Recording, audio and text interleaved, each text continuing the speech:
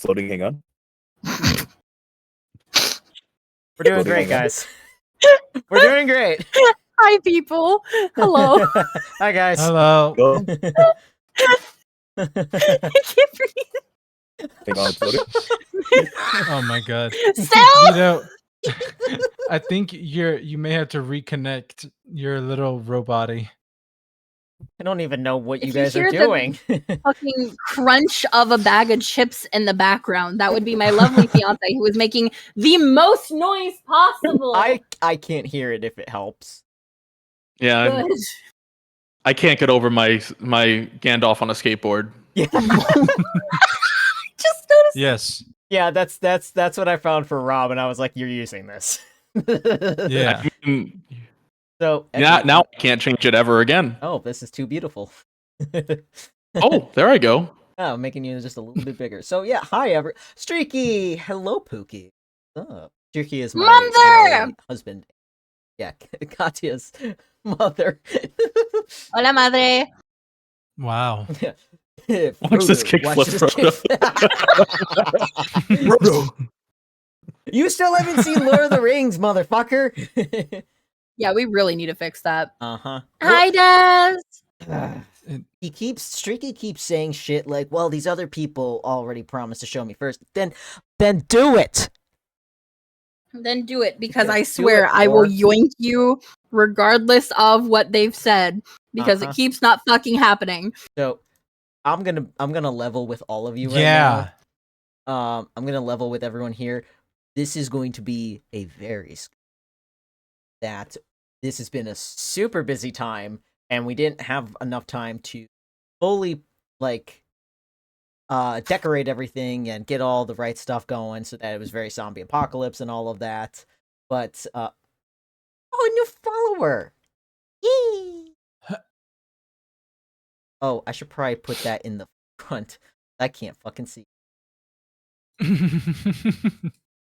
Look, No, I y'all. like that as a background that I'm kick flipping over.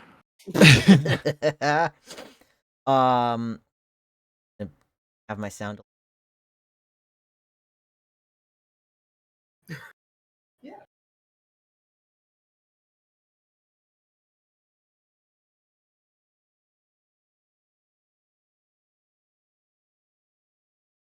So yeah, we're all just fucking around. We're trying to make sure that everything is everything set? No.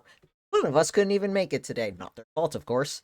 But like, this is the pilot.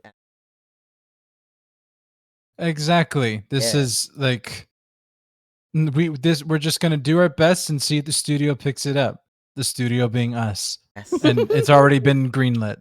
So don't worry. Exactly. Yeah. It's just And like we've I got said some earlier, growing pains. it's gonna be pay-per-view exclusively on Showtime. So Exactly. we already made it. Exactly. I will be getting naked on Showtime. I will also admit, I was in with the other about one character just being described, and I was like, I'm gonna fuck that guy. What's happening? Oh, I had some chips in my mouth, motherfucker. You're welcome. Okay, so Rob, would you actually like to introduce yourself and oh, yeah, absolutely. explain what we're doing here? Mhm. Sure. I am Rob. I am your resident learning overly homebrewed dungeon master. That I have been doing this for about a year. In terms of DMing, and I very much so enjoy the storytelling aspect of it, and love the weaving in twists and surprises into stories. So I hope that comes through with things. And in terms of what we're going to be doing here, we are going to be playing a heavily homebrewed version of D&D 5th edition, the 2014 version that is homebrewed into a modern setting that is set in a zombie apocalyptic but not quite apocalypse setting. that has lots of details that we will get into, I'm sure. Mm-hmm. Yeah. Precisely. Yes. Yeah. Do you think that we should just give them like a rundown? Well, I guess when we start, we can have more of a rundown. Yeah, I You mean, know, like, if you want, Rob, you can even, if you want, you can, like, the background. Again, all up to you. So, I Very mean, interesting.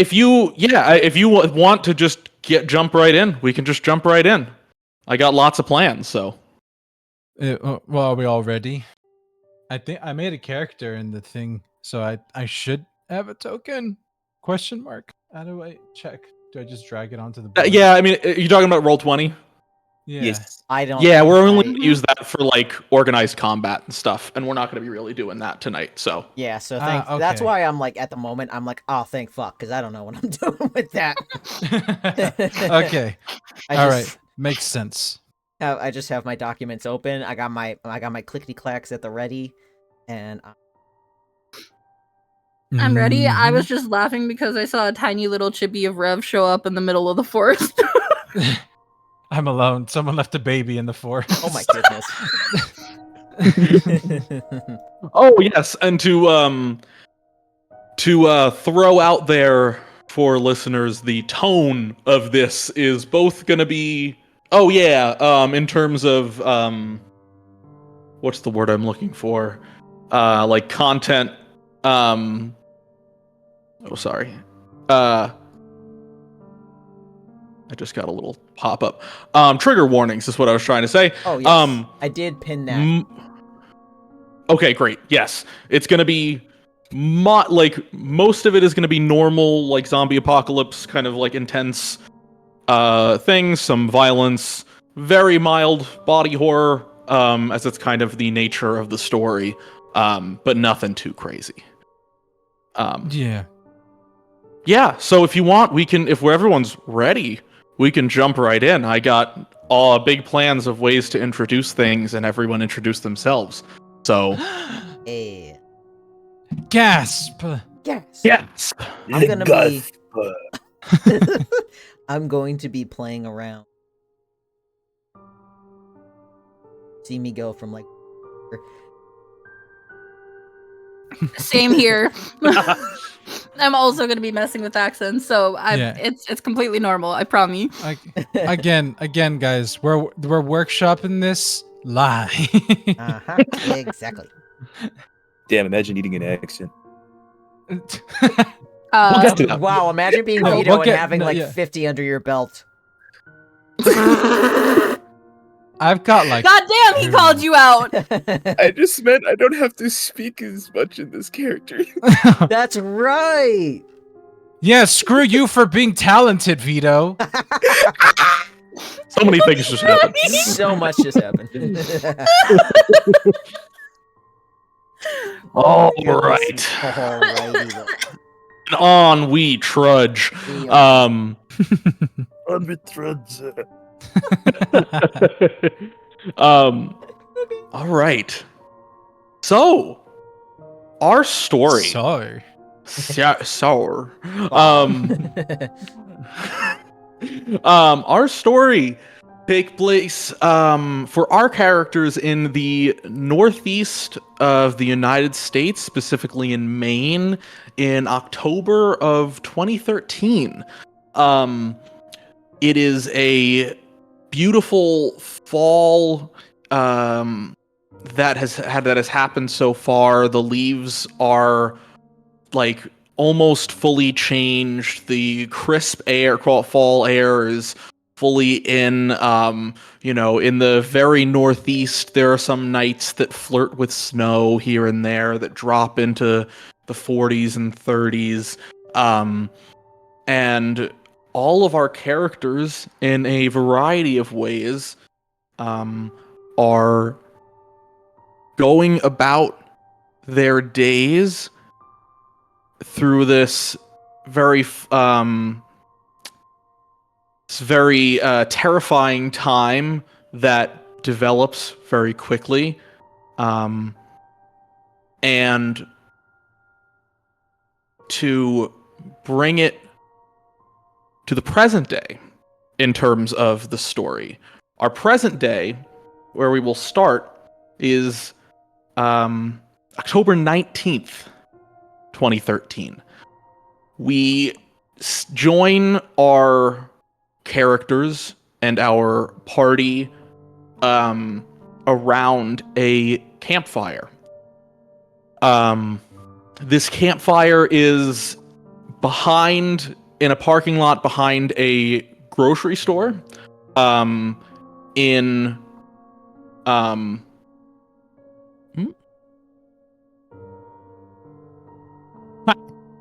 Orono, Maine.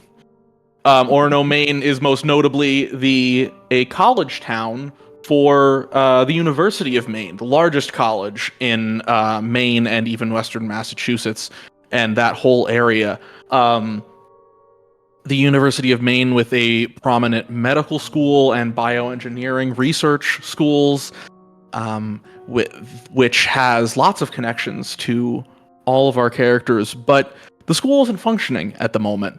As I introduced, we join our characters around the fire in a parking lot behind a grocery store in which they have lived for several days, among some other townspeople that were able to shelter there.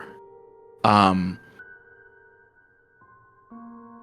of you have phones of varying quality. This is an era just before the kind of unified or universal owning of smartphones. So some of us in different stages of life, some of our characters in different stages of life have some varying qualities of phone, but most of them able to access social media in some respect. Some of people trying to fly under the radar, some people trying to start their careers, some people trying to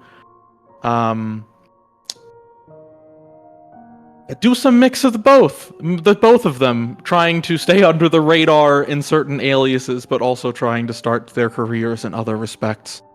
And as we look around the campfire, there are 4 figures specifically. The first figure we will focus on here. Kat, would you like to introduce your character and let us know what you think they would be wearing and what their temperament is now at this point, 7 days into this adventure, so to speak? Before Oh Cat, god. so Yeah. I didn't explain to anyone the whole concept that it is apocalypse. No, I don't we're know good. anything else. Okay. Yeah. Okay, just making sure. This is for sure. No, this is how we're gonna. That's how we're starting. Okay. Good Yeah. to Okay, see. got it. I Hold I open. was like, right, I forgot we did not go over the intro with them. Yeah. No, I was like wondering. trust me, we're good. We got it. Yeah. Wait, what did you want from me again? You said Yeah. name what she was wearing So yeah, and introduce your character, what she would look like at this point, 7 days into this adventure, and how she's feeling.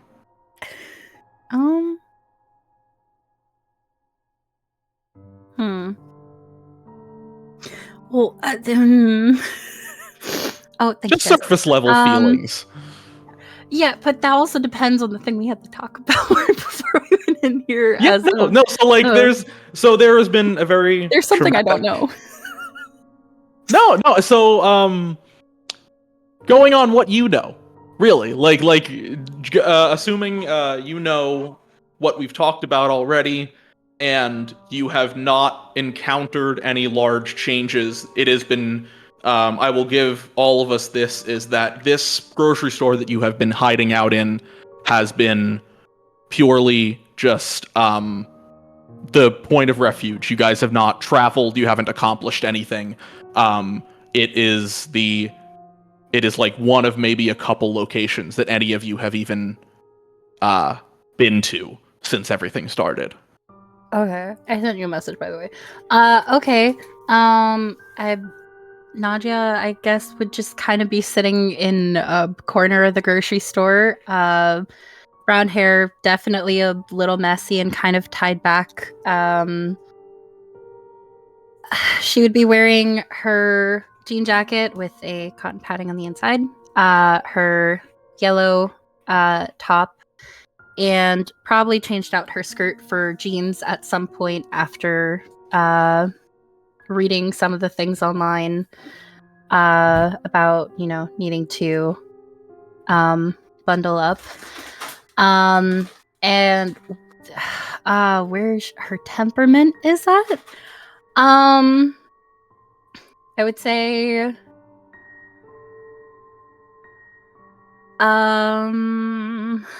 You can take it as abstract as you want. Or as specific. Totally up to you. Still reeling from the death of one of her close friends, and trying but failing to avoid going into a manic episode. Absolutely. So thank you.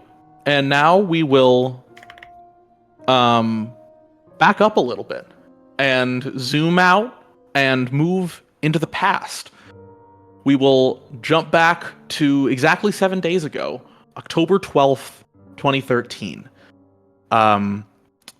You started this day as your character would most days. Did you mention your character's name? I apologize.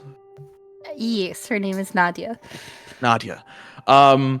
So this day that, by your own description, started much like many other days. Why don't you share what that is like for Nadia, a normal day, and how she woke up on October 12th? October 12th, that was the day of everything happening, right? Correct. Okay. How our morning went. I had this written out. Hold on, I'm running. Hold on. Where the fuck is it in the doc? Holy shit, I can't. 12 pages. Goddamn, I am an overachiever. You can also riff if you don't have everything right on hand. I found it.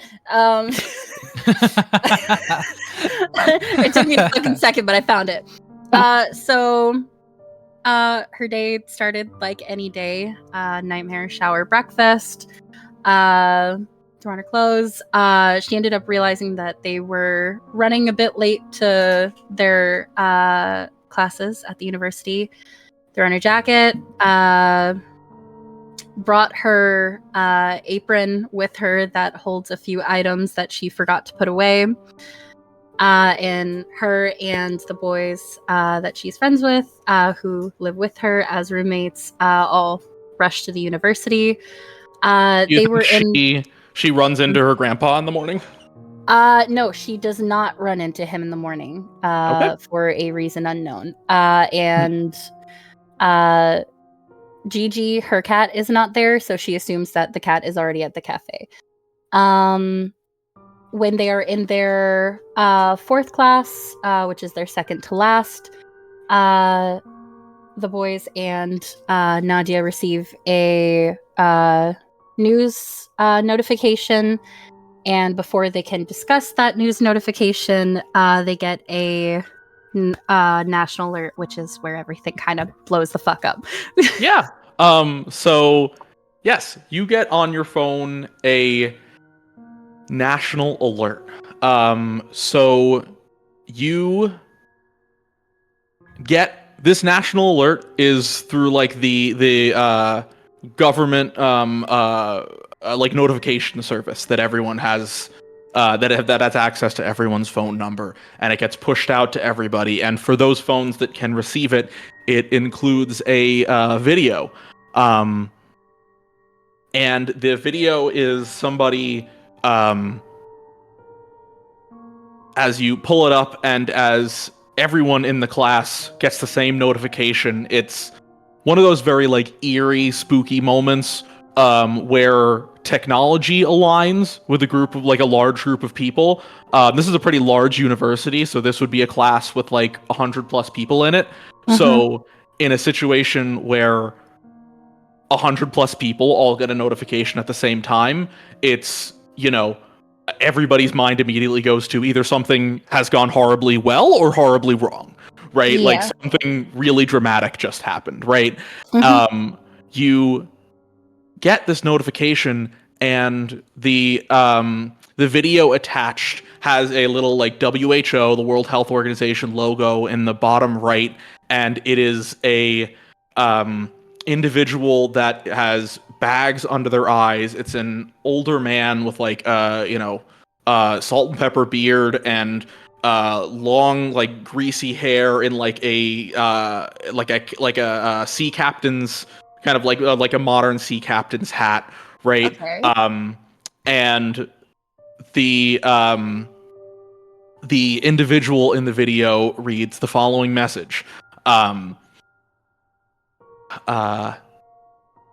He looks there, you know, everybody starts the video. There's that kind of like really annoying moment where everybody's trying to like change their volume so it's only they can hear it, or, you know, they're going to share it with the person next to them and stuff like that. But you hear you watch the video, and the person looks deeply into the camera, looks down for a second, and then looks up, and their eyes kind of like snap out of it, and they direct their eyes into the camera, but also you notice that their eyes are looking slightly to the left of the camera, like they're reading off of a teleprompter. And they begin by saying, hello, the following is a message from the World Health Organization, an official statement from the World Health Organization. At 3:48 Atlantic time, individuals on the eastern coast, North America, and Western Europe and Northwest African coast were able to see a massive flash of light over the middle of the Atlantic Ocean and an incredibly loud noise akin to a jet breaking the sound barrier.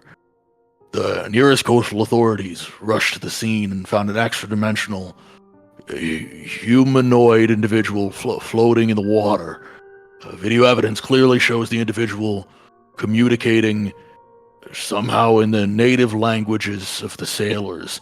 And when he says that, you notice that he looks directly at the camera. That is a detail that this individual, this man, has added specifically, that makes you think that he was part of this experience. And he says in the native languages of all the sailors.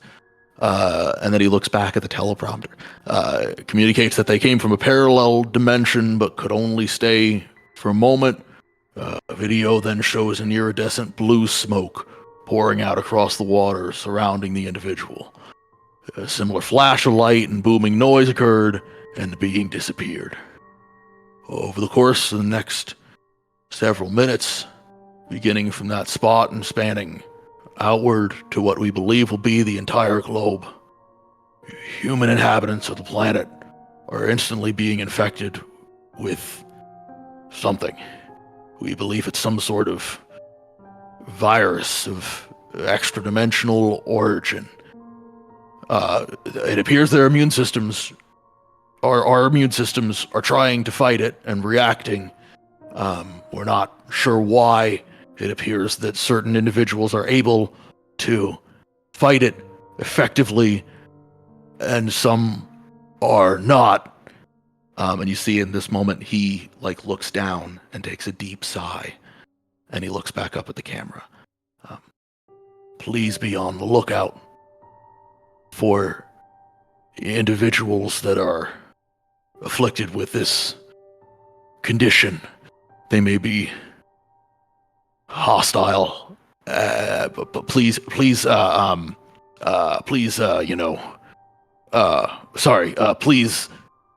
contact your local authorities as soon as possible if you see anything like this. Please. Thank you. And the video ends.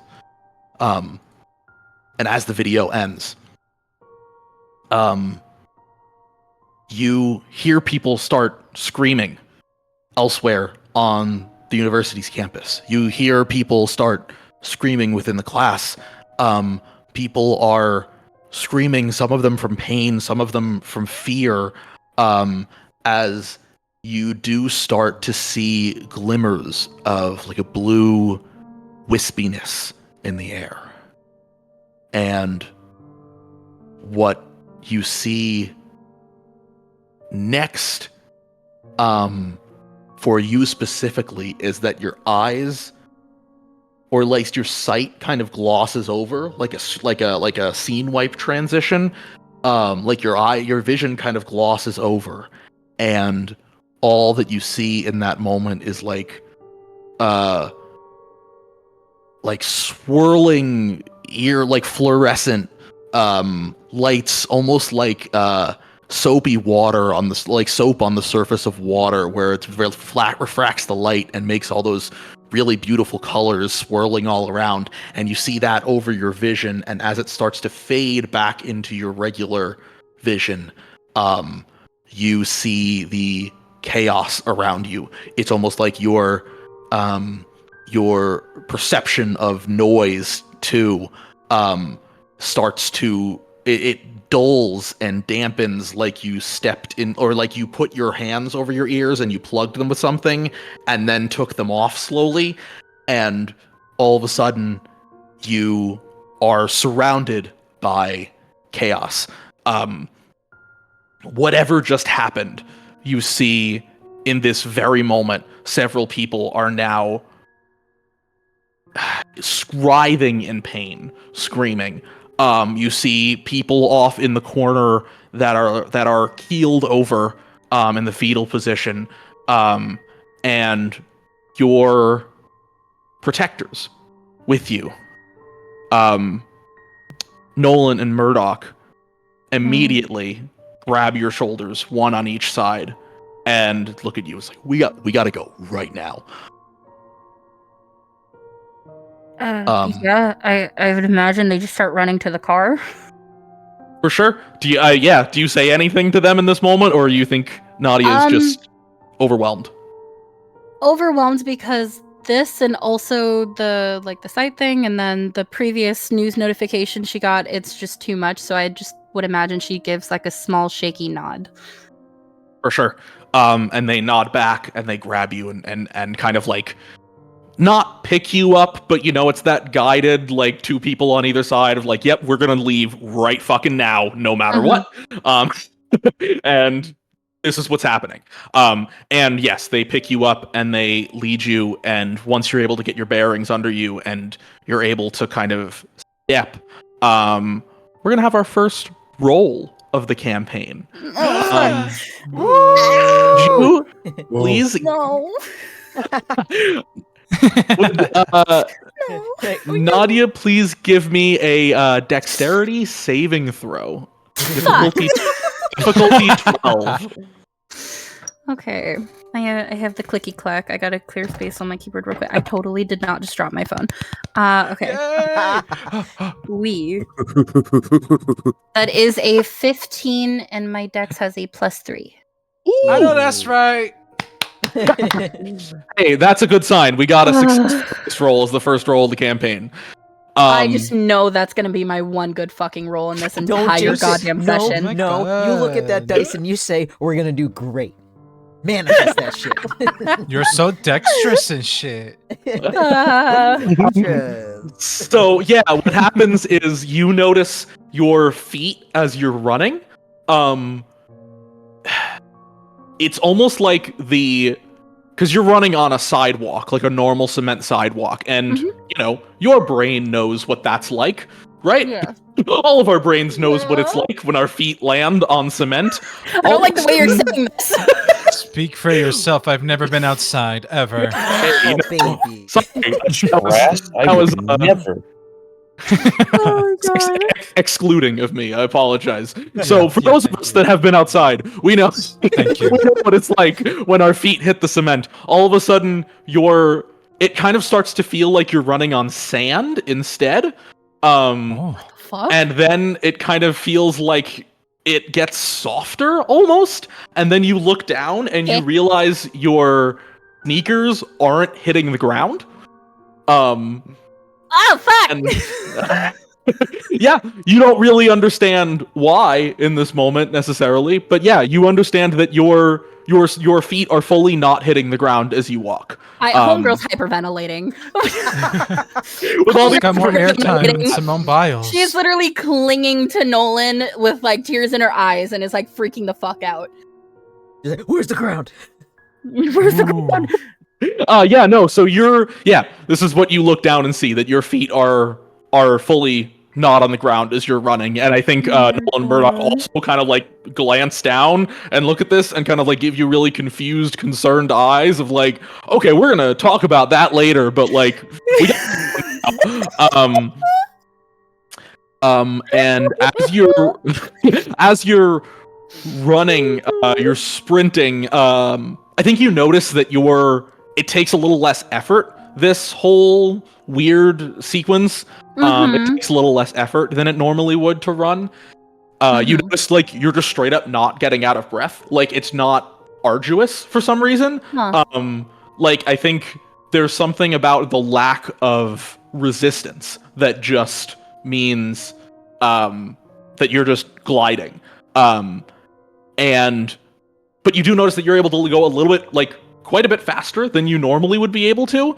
And Okay. Nolan and Murdoch, who are both like pretty like big dudes, right? Like they are professionals, and they are professionals when it comes to protecting people. They keep themselves very in shape, both like taller than 6 feet, and they're used to like, you know, in situations where you've had to run, they're like, oh man, we got to look behind us to make sure Nadia's still with us. They're like looking next to them, and it's like, holy shit. Well, This isn't- shit. Yeah. It's like, They're like here on a okay. sports scholarship. They're real athletic. For sure. So yes, you guys bolt toward the car, which I think is like in the middle of a huge parking lot. And as you are running, or at least as you are gliding, and you see this popping out from one of the cars is an individual that will not help your hyperventilating, unfortunately. Great. It is a person who looks at you with eyes that have truly no insight. They are a maybe like 5'7", 5'8". You know, it looks like they're probably like male presenting, pretty normal, like very, very normal looking dude. You know, like wearing jeans and like a hoodie, but you notice that yes, their eyes have truly not, like they are not gaining any information from what is going on around them. And you also notice physically that they're like the orbital bones in their face are like sagging at different paces, so they're like starting to fall apart, and they're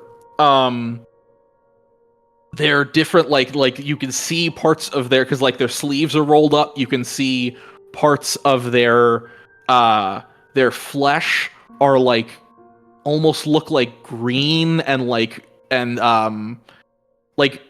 being eaten away at, almost like your brain would recognize it as like acid eating away at something. And this person starts sprinting toward you guys, popping out from one of the cars. Oh god. And before you can even react, Nolan jumps in front and grabs this person. No. But this individual screams out in this guttural shriek that is... The best way to describe it is like, you know how babies will yell and almost like cry, scream because they don't know how to articulate words. It's weird hearing that like genuine inability to articulate words in an adult's voice.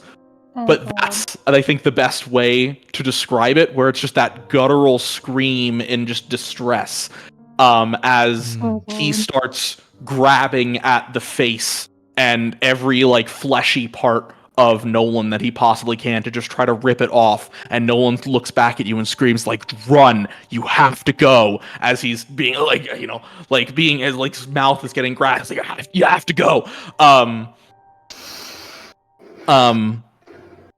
Murdoch looks at you and says, "Yeah, we gotta go. We'll catch up with him." What do you think Nadja does in this moment? Nothing is a possible answer. It's the fact that Nolan's getting attacked.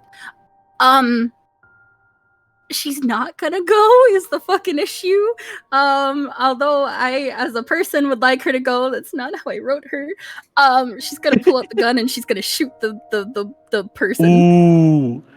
Oh, okay. Whoa. So, I'm gonna ask for. Excuse me, ma'am. Do you have a license for that? Yes, actually.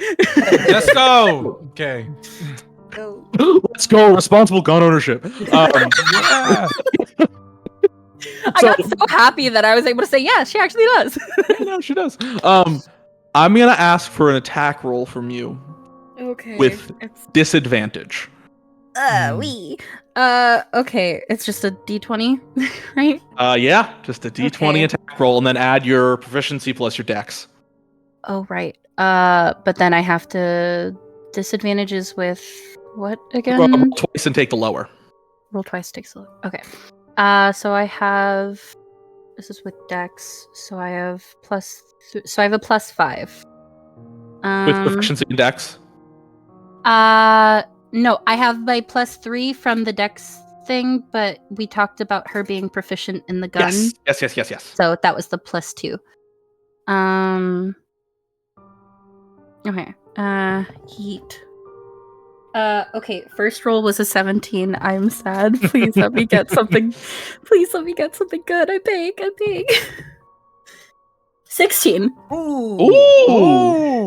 Yeah, in this game with great rolls. Okay. Yeah. What is all that up to? I'm gonna die. It's gonna be like 2 scenes later. Nadia's gonna be dead. I'm gonna need a new character.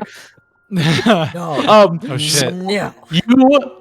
You Murdoch is, so you are given disadvantage on this mechanically for story reasons that just add up one by one, right? Like Murdoch is pulling at you to pull you away. Hyperventilating. The attacker effectively has like half cover because they are they effectively have half cover because they are like in front of and like all up in as they're trying to like attack them. And also you are so incredibly distressed. So like the fact that you are still able to just acutely pull out your pistol and take a aimed shot is nothing more than a miracle. You got a gun on you, son? I do. Oh yeah, she fully already has a pistol. So yeah, you pull out and you hit. You fully shoot this guy. This, guy, as much as we want to call him that, in the shoulder. Oh. The problem is he doesn't react. He fully does not react to being shot in the shoulder. There is can you give me a perception check, actually? Yes. So that's a D20 plus your perception. I have a +4. Sweet. Okay. Ooh, that's a 10. So I only have a 14. Okay, 14's still good. So what you see is the bullet enters. They bleed. They're losing blood for sure. they are their body reacts, but they emotionally don't, right? Like there's some instinctual part of them still being in a body that reacts to being shot and feeling what should be pain, but they're not wincing or like stopping what they're doing. They're not like understanding that they've been attacked. And yeah, they fully don't flinch and continue to attack attack Nolan, and he keeps trying to fight them off and again yells at you like, you have to go. You have to go. I'll meet up with you later. And Murdoch also says like, we need to go. Do you stay and keep trying to attack the attacker?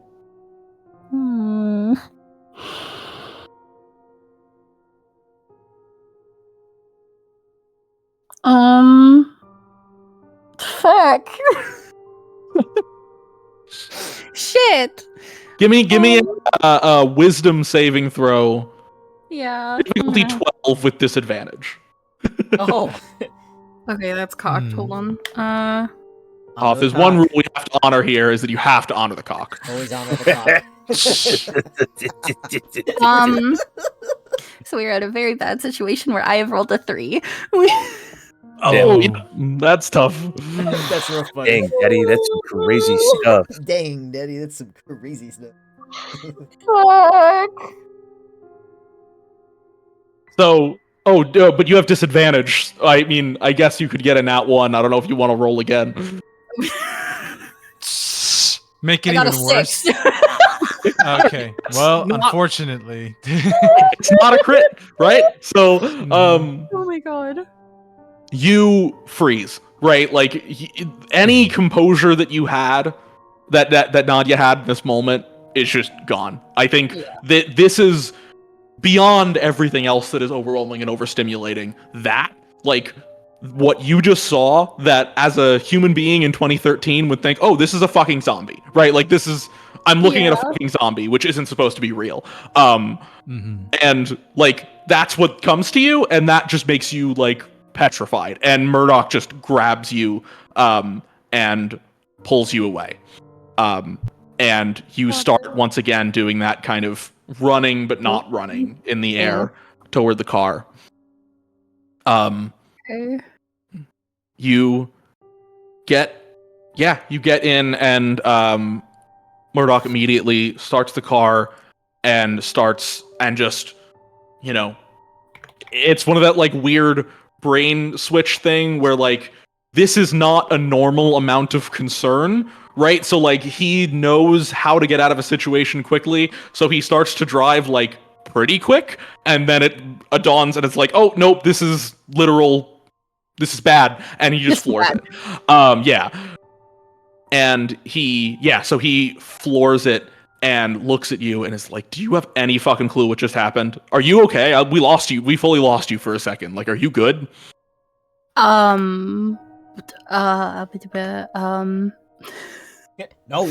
We can say that you in character. Yeah, I'm just like, he's like, no, you're fine. It's okay. Yeah, it's literally just exactly what I said. Just like,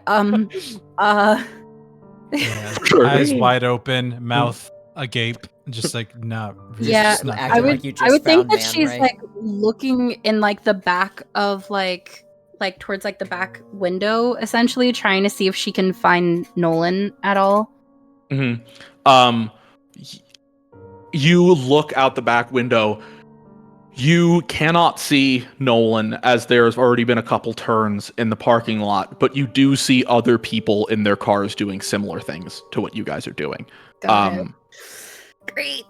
And yeah, you make a beeline for, which is already only like a 2-minute drive with obeying it's not stoplights far. and things. But this is like literally like a minute or like a minute drive that is down the road to your cafe that you work at and are part owner with owner With of my- with with my grandfather. Yeah. What is the name of the cafe again? Pages and Perks. Pages Oh, and that's Perks. so cute. That is PERKS. Okay.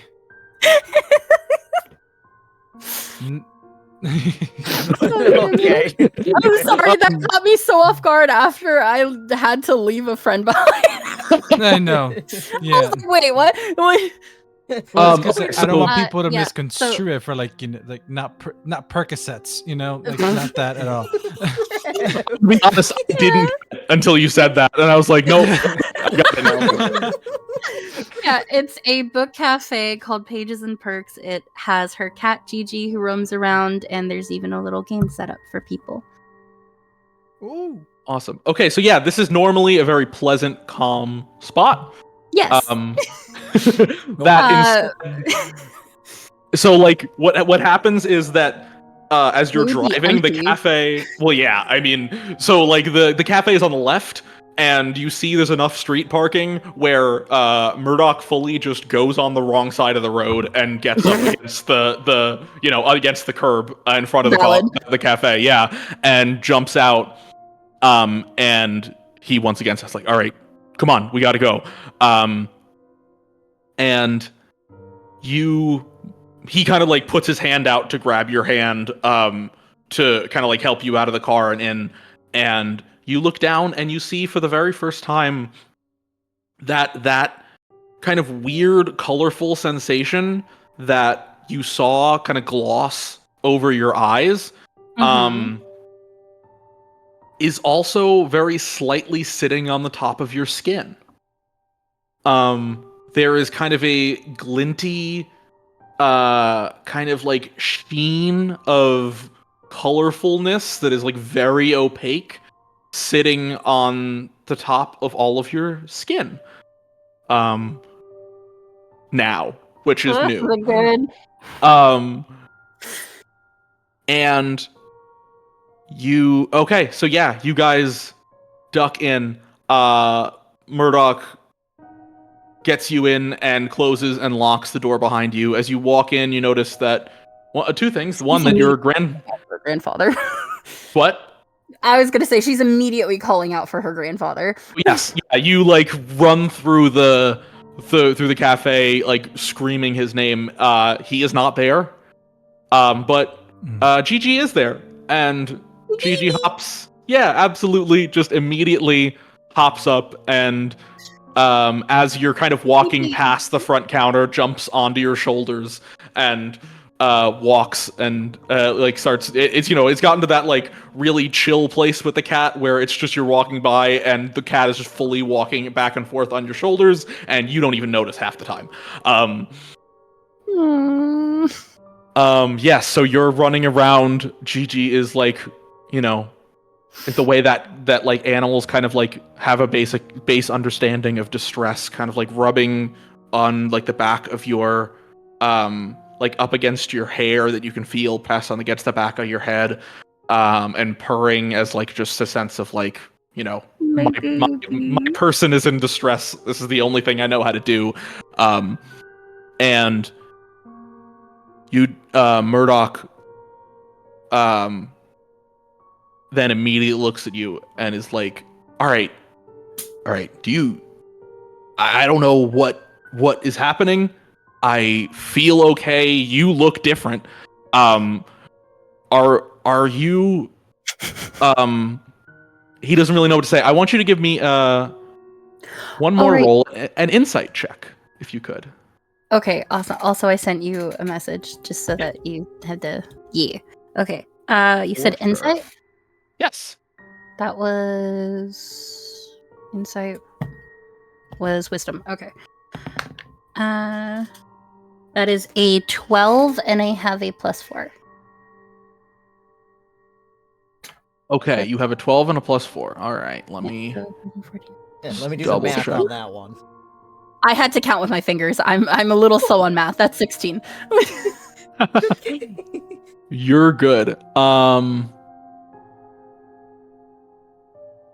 Gotcha. I will ask you because I'm having a hard time tracking down the detail.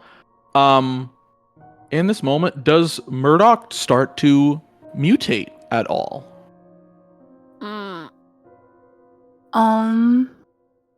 Yes. And if he does, describe what you notice. Oh shit. Fuck. Shit. Fuck. Hold on. Let me. No wrong answers. I'm going. I am going to the character guide really quickly. Give me un momento.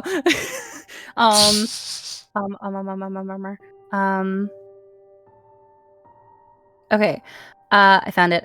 Okay. They only had one change to their, or well, technically two. Okay. I guess just kind of like she opens her mouth to respond about like the physical change, and then she starts to notice that like his ears are getting like slightly like longer and pointier on the ends, and then like his eyes start to change as he blinks, and she has to blink to make sure she's not fucking hallucinating at this point. Because it was the thing where it's the whites, the scaleras turn like a fluorescent blue. So she's 90% sure that this is either a really bad dream or an accidental acid trip, and she's just like blinking repeatedly before going, "You're blue." And he's like, what? And like grabs fumbles to get like a makeup mirror from her, like a compact makeup mirror, and shoves it in his face. "Your eyes are fucking blue." Oh fuck. And he's like, all right. All right. Do you all right, so also for Nadia on that 16 insight check, you notice he has not processed, or if he has processed, it is not hitting him that Nolan is gone. Yeah. Either permanently or temporary. It is not a thing that he has acknowledged. But also on that perception, you've rolled pretty good on perception and insight through all of this. So I'll throw in a detail that as you look around at him, and it for the first time, like, because in the car you were just trying to process everything, and now you start like critically thinking about what you were looking at. You know, there are two things that get put together. That one, you don't really notice that he has not mentioned that Nolan is gone, and two, you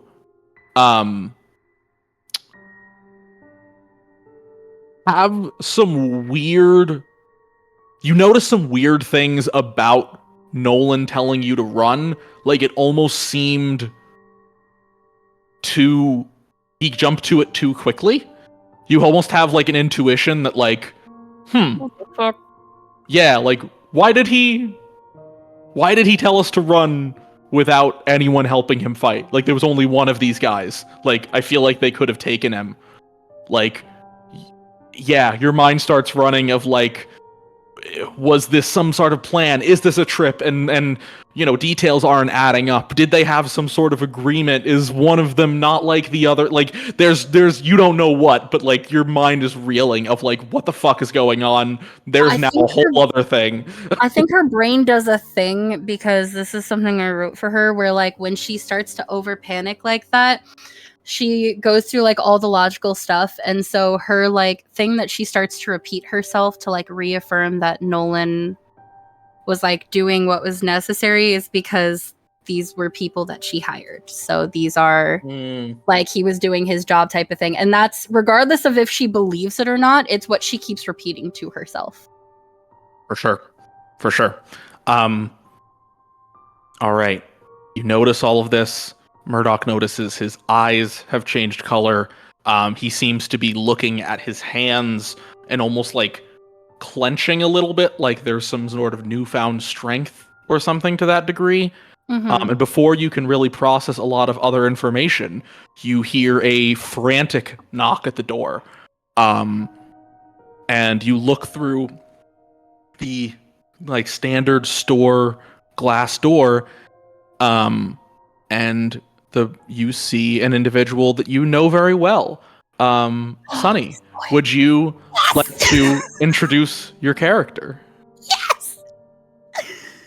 I am happy, Stim. I just- Let's go. I just got so happy about this. Yeah. So Let's fucking go.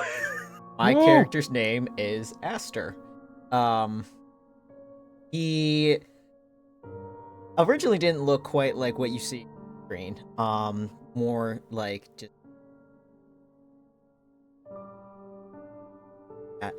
But Aster is around Nadia's age. How much do I say without giving something away? Okay, just basic physical descriptions. Oh yeah, I never Yeah. said my age. I'm 25 in this. Yeah, and I'm about 20. For sure. No, yeah, I was just thinking about like she looks through the door. and What does she see? sees- Okay, so Mhm. originally she knows that if she saw me, she would have seen 5 scruffy blonde hair, just a little bit scrawny, sort of like wearing baggy, thrifted clothes. And what she sees now is someone who's 6 feet, definitely not scrawny. Eyes are glowing. Hair actually looks good for once. Hole Eh. mole. And he's got the pointed ears, but it's the same panic. Like he's still got like the same sort of freckles on his face, and just his face is full of panic. He almost doesn't even know how to hold himself because suddenly he's 6 inches taller. He has no idea what the fuck is going on. His first thought was, I need to go see if my I'm gonna cry. sure. Fuck you. So oh thanks, Des. yeah, so that is what she sees through the door. But we zoom out a little bit. And we now know what Aster normally looks like. We know what he looks like in the moment of any changes. But as we kind of like zoom out back into quote unquote present day, what does Aster look like 7 days into this? And what is his surface level emotion Oh, as they so all sit time around the jump. campfire? Yes, gonna time jump Okay. back into present day. So Aster's probably still wearing the same clothes. That was not focus. I like dirt. I would imagine around this fire, he would be trying to stay.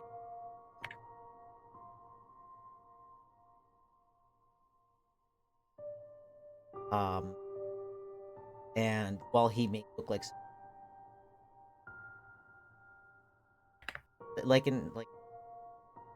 an elf, like someone who looks hold their own, he is hunched over.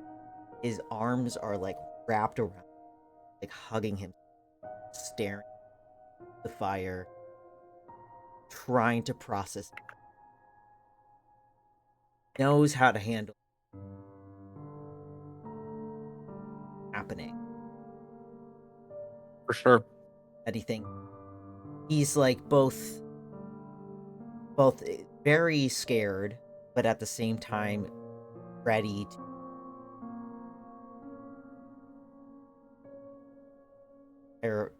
terrified. Mm-hmm. Yes. So you sit around the fire, hunched over, with an almost intentional,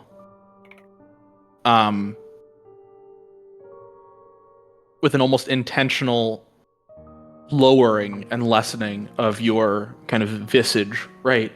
I do need to pause real hold some of my audio for Oh shit. Yes, so I saw that message as well. yeah. Did anything important get cut out? That's my only I thing. heard everything. I don't. That's the thing Mhm. is I get cut off on stream very often. the Discord. Oh, on- because you're streaming. Gotcha. Mhm. Oh, and I also So- don't hear the music. Do you have the music playing through this whole thing? Yes, yes. it is playing. It's not your music. interesting. Your music did not come through. It didn't. Oh, interesting. I didn't Okay. hear it. I just- Yeah, That's fine. Well, it's on the stream. I heard it just fine when I had the stream volume on, so we're all good there. Cool. Okay. Let me actually look at my properties. Yeah, for sure. We need to get the like SpongeBob technical difficulties screen up. So, Pat, you and I have the same sort of limiter. Yeah. Um, Limiter, I hardly know her. I'm so sorry. Precisely. God damn it. yeah, You know, and I so always sorry. say that, Ron, actually. yeah. So I am. Yeah, I'm actually looking at that right now. That mess. Yeah, hold Mhm. on. Let me. Like, would you say up or It's down? never been an issue before. Is it on? Are you messing with the Discord thing? Oh, I'm in OBS. No, I know. I mean like with the in the sources area. Which sound thing are you messing with? Oh, I just went to Mike. Okay, so it was your mic. Okay. I figured let if me- you guys sound okay to everyone, but I don't. Okay. Let me double check. Mhm. Filters. Okay. I have my limiter at -13. Mm-hmm. So that's what I have it at. Okay. Is separate from OBS, is the gain on your microphone all the way up? Like in the computer, like under Yeah. settings. So it is now. like- So, Okay. All right. We'll just start. We'll leave it at that for now. We'll just leave. We'll keep the mic all the way up. Good question. My gain is at 0. Yeah, you're gonna want your gain on your mic up. Because that's how, they can easily hear you. I always keep mine 100% up. Oh. Yeah, now they can It hear does you. sound better. Yeah. Yeah, so I'd be careful with like putting up the gain on your actual mic right now, as you just put the gain up on your actual computer. Yeah. I'm just gonna leave. Like for it. I changed the gain on the mic, and I'm not that good. But if I Mhm. get cut off again, put it in the messages. I'll see it. Anywho, Yeah. thanks for letting me know, everyone. I hope nothing important got cut off. Oh, it's only a little better, or is it just like okay? Because like I can mess with it again. I'm gonna take this opportunity to go whiz. Fair enough. Have fun. You know what? I'll use this opportunity as a bio break as well. Still a little quiet, Bio but not- break. Yeah, That's a little bio. such a cool way to put it. Listen, Kat said that once, and I was like, "That's yes." Yeah, it's what we called it in my old D&D sessions. We just- Mm. Yeah. Okay, I just upped my gain a bit more, so I will be right back. Yeah. I forgot about Hello, chat. Are you guys enjoying the vibes thus far? I am. I'm learning so much about. I'm like learning more about. I'm like taking notes. I'm even taking notes about you, Nadia. That sounded so fucking intense and creepy. Help. You won't get one past me. I have a gun. I will use it. Yeah. Well, I have. Well, you don't know what I have yet. So let me not say that. You don't even know what I have. You're like, you don't even know what I got. Okay. You wait. Just you fucking wait, bro. The way you're saying that, help. Well, no, it's just for my. I mean, I can't use any of these notes. Like, I can't metagame. I have to wait for you to tell me these things. Oh god. You know.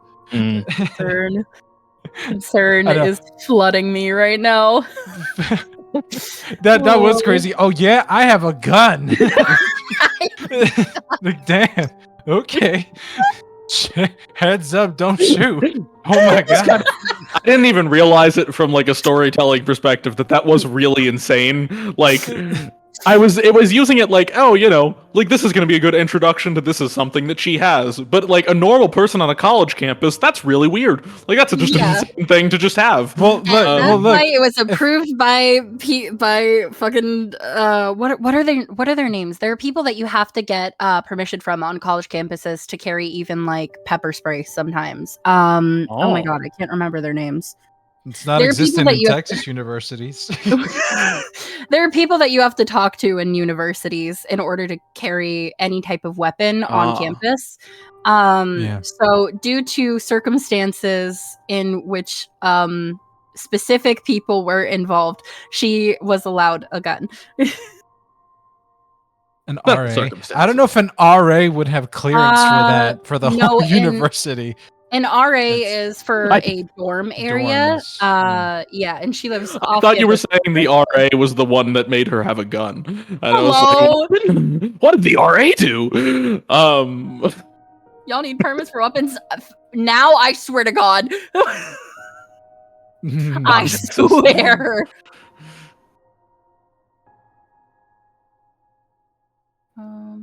Oh, that was not.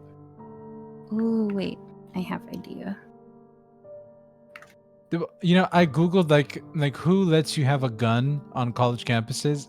That's gonna be great on my Google search history. Oh God, no! Don't I spent the do entire that. day finding like I D&D like equivalents for weapons. So I've spent most of Mhm. this day like googling the most like random and obscure types of weapons. I'm being tracked for sure. Oh yeah, I me know too. for sure I'm on an FBI watch list or something because I have looked up concerning things such as like things regarding like how to get rid of human remains or like how long does it take for a body to dissolve in acid or Mhm, just a whole mhm. bunch of weird shit. And it's because I like writing, but sometimes the things I write are slightly concerning. So For sure. For sure. there's no way that I haven't put some red flags up somewhere. It'll be fine. It'll be fine. It'll be fine. Well, look, they're trying. Like when Be people fine. say, "Oh, I care about my privacy," it's just like, what are you talking about?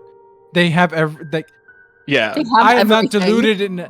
I'm not delusional enough to like not know that they have everything on me, and I don't Yep. care. All right, it's fine.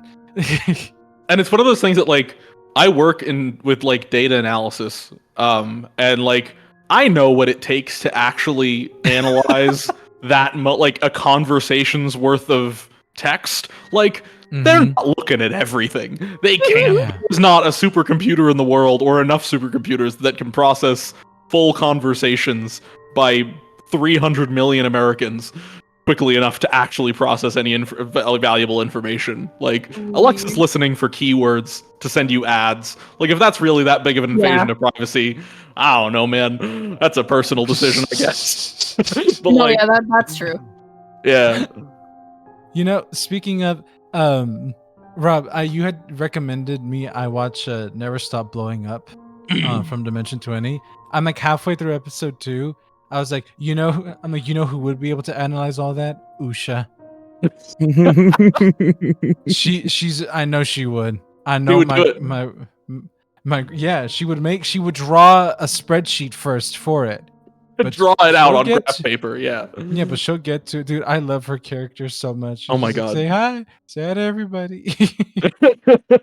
And then when someone raises their voice, Phone's not plugged in.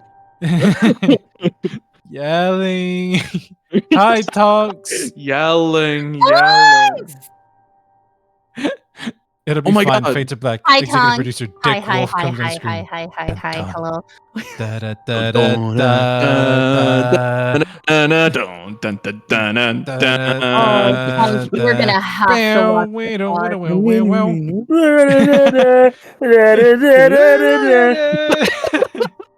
This is great because this definitely sounds so bad because we're all in different. I know. None of us are in time. Oh my goodness, I see that Tonks is in the chat. Yeah. So glad that I came back to improv singing and all that. That sounded I sarcastic. was- I'm being for real. I was pretending to be the saxophone from the Law and Order SVU intro. Oh, I'll be the dun dun part. Dun dun. Dun, Dun, dun. dun. Oh wait, you're not the theme dun dun. You're the transition dun dun. Yes. Whoa. Whoa. Oh, okay. He's the screen that's like written by Dick Wolf. That's him. Did anyone else just see my stream go? Yeah. What the fuck? Yeah, Flash, Vito and Vito and Nadia are You gone. see what just Whoa. happened, Hi. right? Like we all disappeared for a disappeared. second. Where did Where Vito the go? fuck? Ah, Oops. hello. Ah, It was what the fuck? Dick Wolf. I He's fucking copyright striking in. us. I It's fucking Dick spawned in. Wolf. Oh, Vito was spawned in. All right. We've all spawned in. We're good. All right. That was just us transitioning into our people. Like the idea of what is it like CBS has like something combing Twitch to make sure nobody's singing the I know. theme song. Dear I just stick God. personally No on a one can computer. even like, mention "Oh, fuck these guys." Oh my god. Okay. Ooh, bring the tone back down, unfortunately. Yeah. So all right. anyway, Okay. everyone's So dying. anyways, everybody's dead. No, okay, so Woo! Lock in. All right, Button up. Lock in chat. All right. And we go back to Aster. Having Full breakdown. yes, I believe, is not having a good time in this post-apocalyptic world. It's definitely not one of his best days. I don't think it's his worst, but it's up there. Damn. Yeah, and I think the detail we left off with is you physically making yourself, despite a pretty large stature, physically making yourself smaller and kind of like huddling yourself within your own protection. Aster is, he's used to, if he's uncomfortable with a situation, he's used to making himself small and just slinking away. He can no longer physically do that, despite the fact that he is. And we jump back from present day to this 1 week ago. But not the moment that we already saw where you were at the door outside the cafe, but that morning. It is an ordinary day. Right? How do you think Aster wakes up feeling that day? What are the vibes? Vibe check this. Yeah, fuck it, vibe check. He wakes up, I'm pretty sure, just like any other day. The days kind of blend together for him, as he tries to, just get through each work day, make his money. So today's his off day. So I'd say, he wakes up pretty late. He's kind of relaxed. He just has the feeling that he's not going to be doing much today. Maybe he'll go to Nadia's cafe and just hang out there for that's the whole vibe. As he wakes up, he thinks maybe I'll just go for a walk, go to the cafe. For sure. Very relaxed. Unlike a very eventful day filled with a lot of chaos that we saw in Nadia's the kind of climax of her story on that day. Eventful as it, for better or worse. Instead, Aster's a pretty chill situation, right? Like you, like you probably, is it fair to say that you probably I think this is going to be like a Friday or a Saturday, if I remember correctly. So like you probably were up late at like a gig or something the night before. Yeah, I'd say like he woke up late. Especially he was playing a little gig at a bar. For sure. Yeah. Local bar, you stumble, have a couple drinks after, stumble home, all within walking distance. It's a little college town, so everything's pretty packed together. Take my beat up Honda.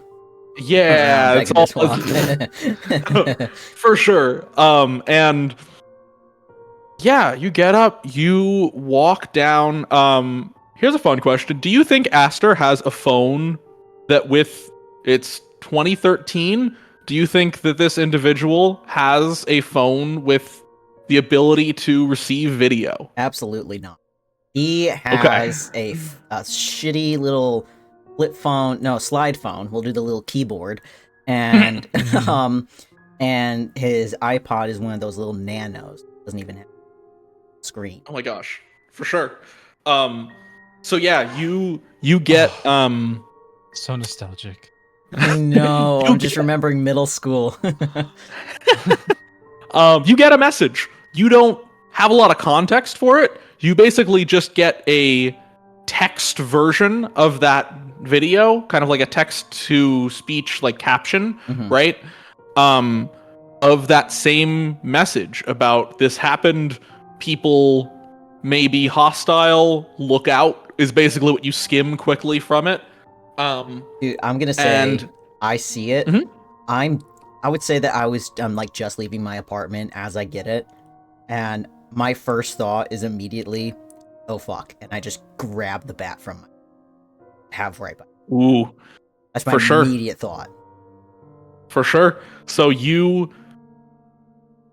you open the door, duck your head in, grab the bat, which you probably have like just like stashed under the seat, but not quite under the seat that it's hard to reach, but just enough under the seat that if you get pulled over, no one's gonna see that you have a bat. Yeah, like it's like under the passenger seat. I'd say like I'm on the passenger side. My first and then my goal is maybe to get into the front seat so I can drive. I'm for sure. Do I get to the front seat? That's up to you, God. Yeah. So as you duck in and you grab the bat and you kind of like peek your head back out as you like stand back up straight. You start to hear screaming. You get a sense that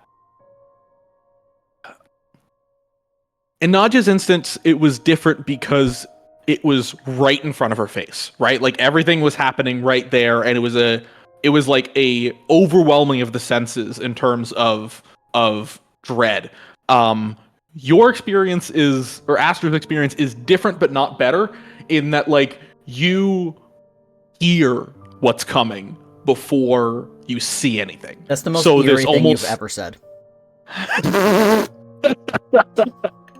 So, right, like it's different, but definitely not better. Where you see, you hear screams, you hear people yelling and reacting to what's happening, and you are left to your imagination in terms of figuring out what's going on.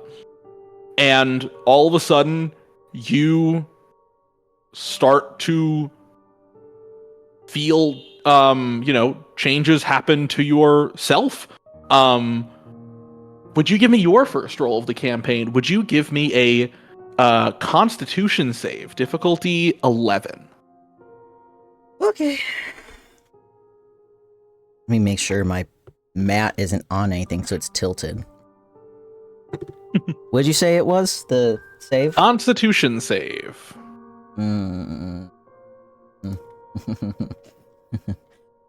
Oh, that's even with my +1. That's a 4. Oh my god. Rough. I might switch out my dice. The Witcher one might not be it for today. Might not be the vibes. So yeah, you grab your bat, you look up, you hear the screaming. It's like an eerie kind of like quasi silence that you just sit with for like 30 seconds, and it feels like an eternity, but you just sit with it for a second, and all of a sudden you feel this like intense pain, like all through your like muscles and through your it's almost like everything is sore all at once. And you're like keeled over, and like you fall to your knees on the ground, and you just feel this intense pain that it is not one muscle, it is not one part of your body, it is every muscle in your body is contracting and changing its state all at once. And but it also doesn't last that long. Like it's an intense pain, but it only lasts maybe like 10 seconds. which is not long, right? Like it's not quick enough that it doesn't affect you, but it's also not long enough that like you're just sitting there writhing in pain for like, you know, a minute or like a few minutes. It comes on, it's incredibly painful, but it kind of passes. And you stand up straight. I apologize, there are sirens. Can anyone hear the sirens? Yeah, That absolutely. actually fits so well, though. It fits That so fits. like scarily well. Terrifying. Okay. They're paid actors. Wow, you went above and beyond, Rob. This what is he all does. part of my plan.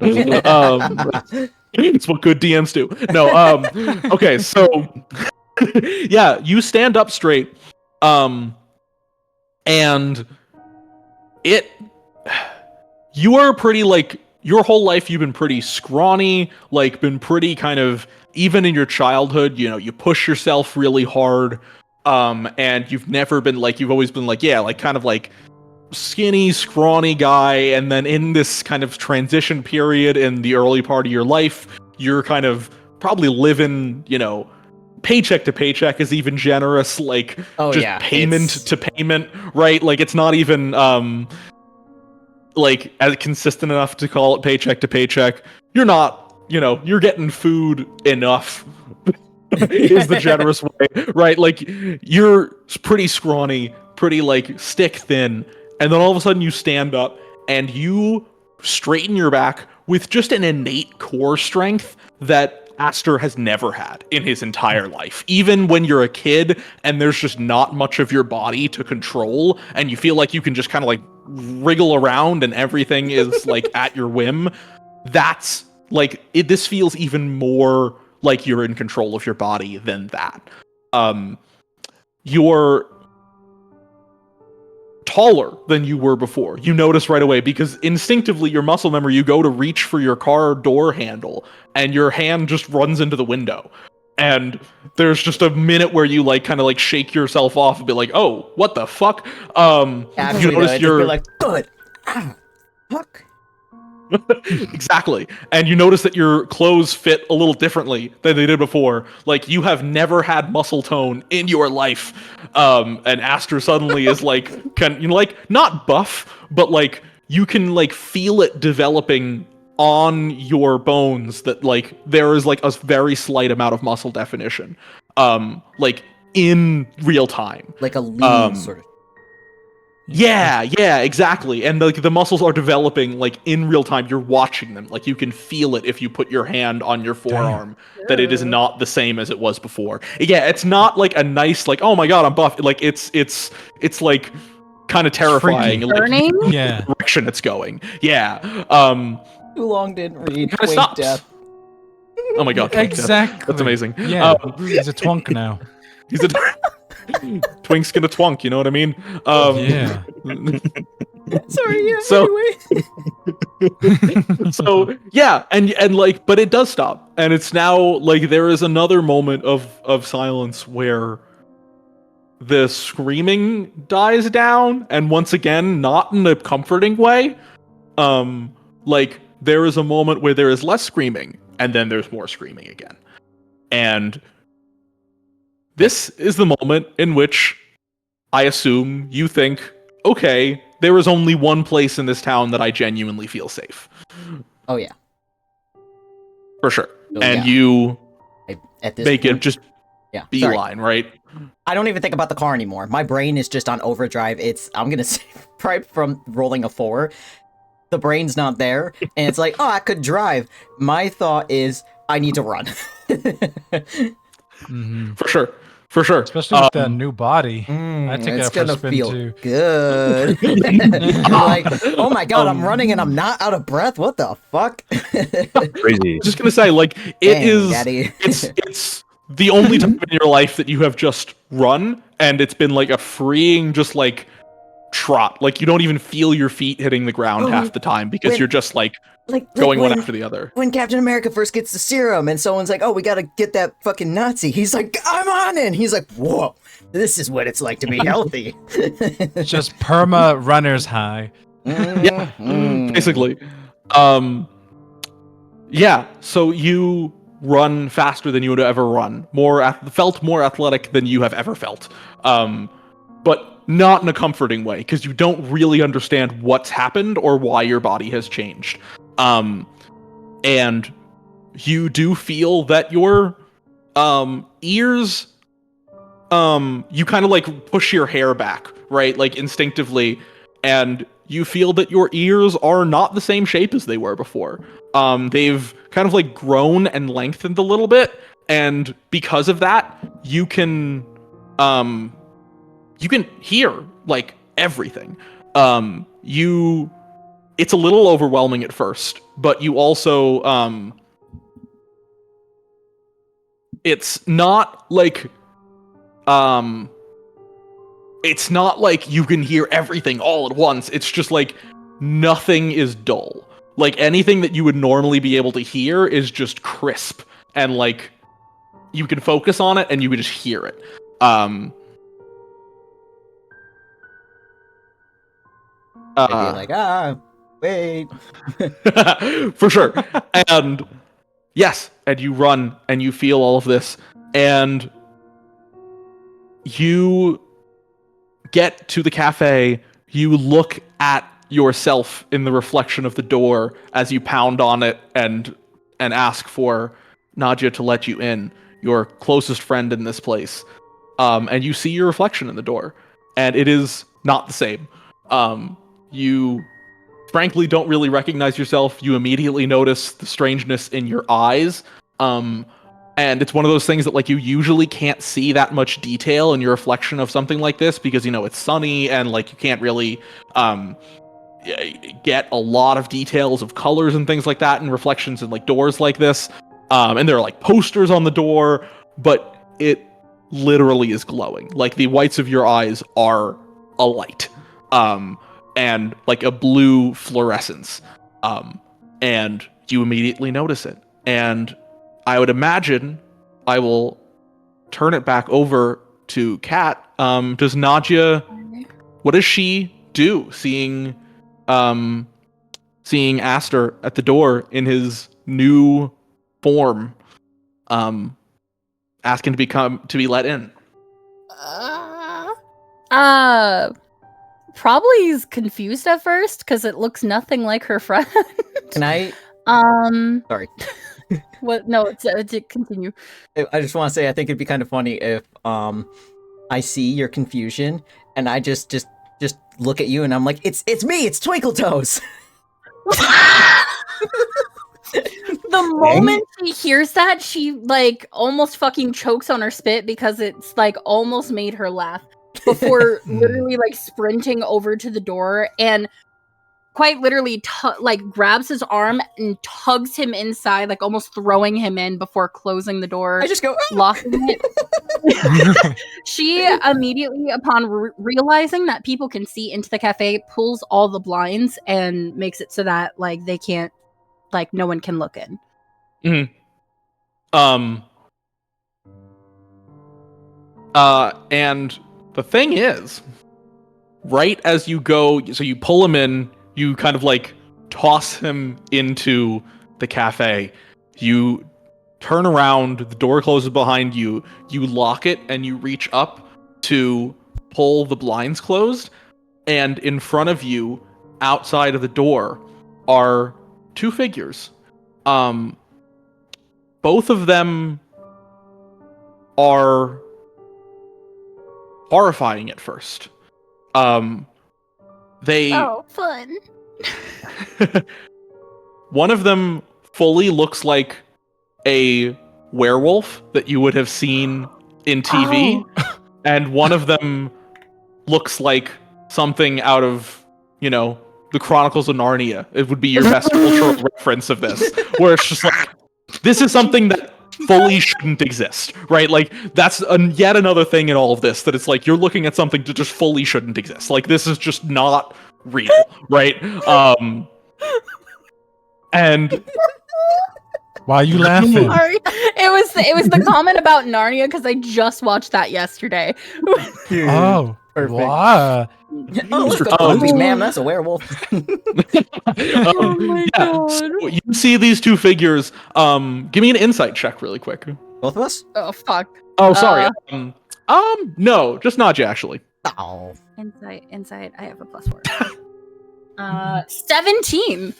Ooh, Jesus, you're so insightful tonight. yeah. This is gonna suck next session. My insight is gonna be like, that's a dog, and it's clearly a fucking roach. Pretty sure it's a dog. No, so, Oh my god, it's a cow. It's a mouse. man, there's so many cows in this basement. I know. My It's God. crazy. Anyways, so you look at these two figures and you are able to kind of put it together, right? Like there is a moment of like, holy shit, this shouldn't exist. This is not real life. And then you are able to look at their eyes and there is an emotion there.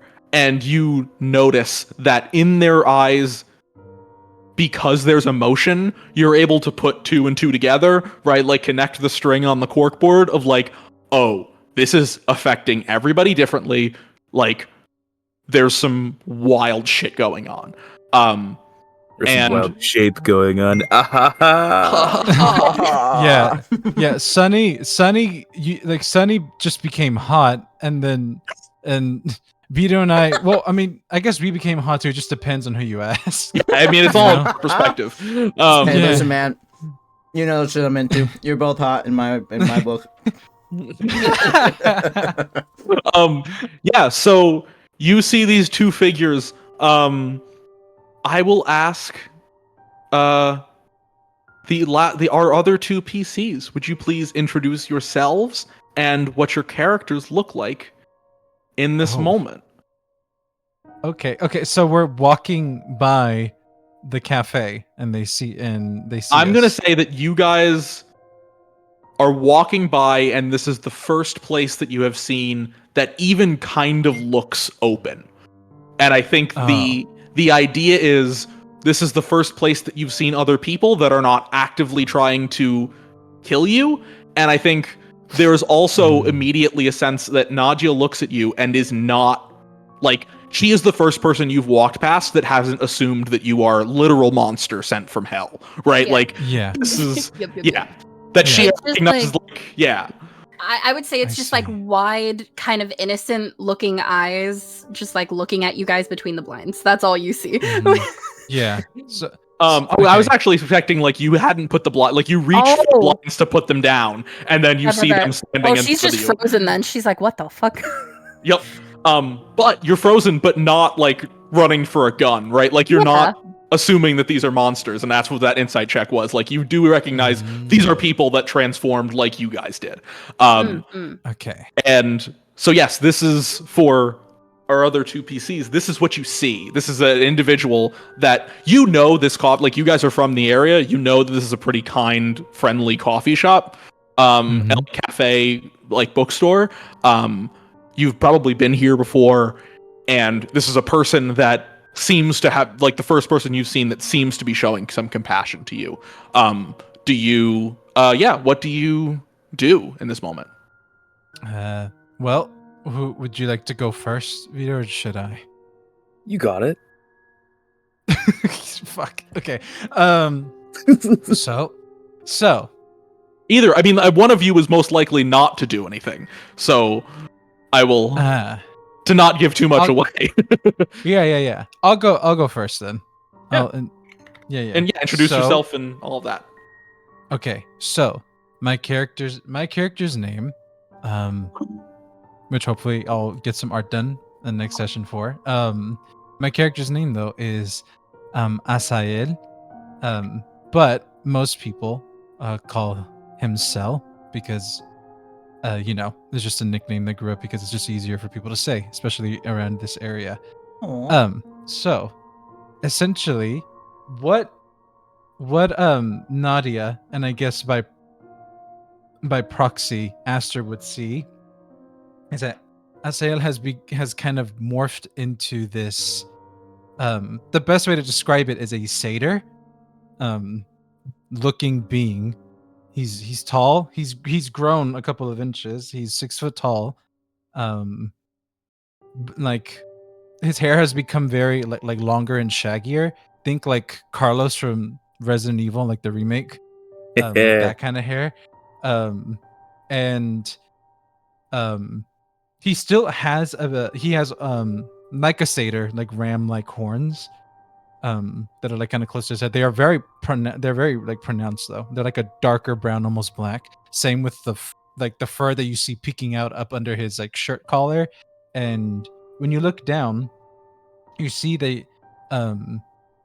like the remnants, especially like in the calves, of what was his pants. And like that were like promptly like ripped because these massive satyr legs and thighs just kind of ripped through the pants. I'm essentially just wearing shorts now.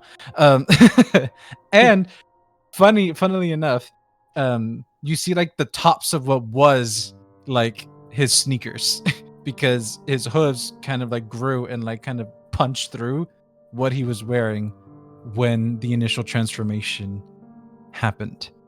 He has these these big hazel-ish green eyes that have a slight glow to them. It's like unnaturally so, but like everything else going on is pretty unnatural. And when my character would Cell make eye contact with Nadia as she goes to close the blinds? Are you talking like in terms of timing? Yeah. Yeah, no, for sure. Like Nadia froze when she saw you guys, so you guys have an opportunity to make a motion, to scream something, whatever you want to do. Would I like see fear in her eyes, or like? Ooh, that is a question for Kat. Not fear, just uncertainty, because she can see that your eyes like have emotion, meaning you're not the type of mindless being that attacked Nolan. But she's also not sure if every single person who goes through this physical change is going to be a good person. She's been raised to, only trust when shown that the person means no harm. Okay. I only ask because Cell is very similar. That if, like others that undoubtedly myself would have run into when this all happened, would have been very wary because we have had very adverse reactions thus far. Either they're from what we seemingly see, as Rob put, we run into actual monsters from hell that are screeching at us and like trying to attack us, or they think we're monsters from hell and now they're attacking us. So okay, I think what I would do is that what Cell would do is, I guess, try and communicate with Nadia through the glass. So you would probably hear like a muffled like hello.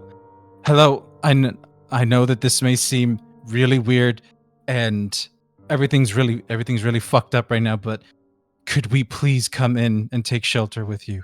I promise that we mean you no harm. And in that moment, before Nadia, you respond, would our last PC like to introduce their character with the knowledge that with whatever you describe, you are also covered in blood? Heard. We mean no harm, and he's covered in blood. No, I found that an incredibly good opportunity for me as a DM to throw in that detail. Fucking wonderful. You see standing just behind the satyr is what appears to you a giant wolf man.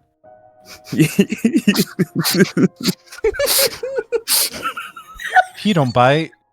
Get your fucking dog, dude! You don't bite. Yes, he does! It's just a dog. Just a little lad. from under the myriad amounts of blood, you can see that he's got gray fur, a large, prolonged face like a wolf would have, but you can see it's kind of like it's like mid morph between what a human face would be and like getting to closer to a dog of sorts. Mhm. He's got black jeans on, but they're like ripped at the seams, like they're basically jorts now. Yeah. God, okay. Sorry. I'm trying Yeah. so hard not to fucking break into Yeah. laughter, please. His are jorts, mine are scrubs. Mine are scrorts. Let your laughs in now. We're gonna narrate something else in a minute. Oh god. Similar to Rev's shoe situation, you can see that what was at one point a pair of Converses is essentially torn sandals. Each time. As his big ass feet have torn through his shoes and are barely clinging on, and he's got like what appears to you to be like a college like like a pep rally banner around him as like a sort of coat or a cloak one would wear in the desert, so to hide his Got it. features as much as possible. A shawl, if you Yeah, Mhm. and it's very much in tatters. What isn't when you look past the blood that's practically everywhere, you can see he looks, you're guessing, scared. And is Okay. hunched over. Especially with the really good insight that like, yeah, I think you get even more so like than you even realize at first that this is not like a 1930s like Universal monster movie werewolf that's just like made to look terrifying, right? This is someone who was very afraid. And Mhm. with that, we when can I back said- up. Oh, sorry. Oh, no, I'm sorry. I just wanted to add like one fun detail. Is that like when I said please we mean you no harm, I like touch his shoulder and then like wipe my hand that now has blood on it on my Oh my shorts. god. But promise, please. So as you say that, we are going to back up a bit. Mhm. 7 days. As we have before, jump 7 days in the future really quickly to once again this campfire that is set up in the back parking lot of a grocery store where the loading dock is and where there would normally be trucks coming in and out is just empty and quiet. And around this campfire we see Cell. Would you please describe what your character looks like 7 days in here and their surface level emotions? Vito, I can hear you sending I- messages. Yeah, I was about to say. I'm so sorry. Okay, buddy. You're ruining my immersion. I'm sorry. iPhones didn't make that sound in 2013. Okay. I think they did. I think they did. Okay, I was didn't about to have say an I've iPhone in never had an 2013. iPhone. I don't know. Yeah, I don't I fucking don't know. Anyway. Okay, back. Okay. So, I believe that Cell would be, if we're behind the loading dock, I believe Cell would be sitting, like, on, like, like, on the loading dock, like, there's, like, a platform that's, like, raised up that's, like, concrete, and then there's, like, a garage door in front of it, like, where they would load the big trucks into. He'd be sitting atop of that, and then just kind of, he would be like kind of like looking at Nadia and Aster's dispositions and see that they are not okay. And then because of that, he would be a lot more on guard and be kind of trying to see what he could, kind of like he's on guard, like he's on patrol essentially. Mhm. You know, he's just kind of looking out, and trying to keep an ear out to see if something is afoot, essentially. And For sure. that's kind of what all of his like his surface thoughts would be at that moment, and then his eyes would kind of like would kind of shift over to his friend. Did you say your name yet, Vito, or no? Oh, no. He has no way of telling you his name. Oh, okay. His wolf. So his we wolf will- Oh, wait, friend. no, we went over the Astra knows ASL. Yes, we did go over that. Oh, yeah. But also, he's- we will get into things in a moment. If you Okay. would, if Yes, you would yes. let yeah. I Ah, promise. Okay, okay. If you would let me DM. If you just let me finish. No, I'm kidding. Yeah. If yeah, we can let it continue, and I promise we will get to it. Okay. So yeah, that is your kind of like where Cell is at in this moment, 7 Mhm. days later, and we will flash back. And I would ask Rev and Vito, since in your backstories you didn't give me information exactly on what had happening the day of or anything like that. So if I took a few liberties of things, if you would ask it, you try to roll with it. Let's And do I it. filled in some details. All right, so we flash back to Mhm. that morning, that fateful day. Cell, you are a med student at the University of Maine. What do you think what Cell's morning routine would look like on a normal day? Okay.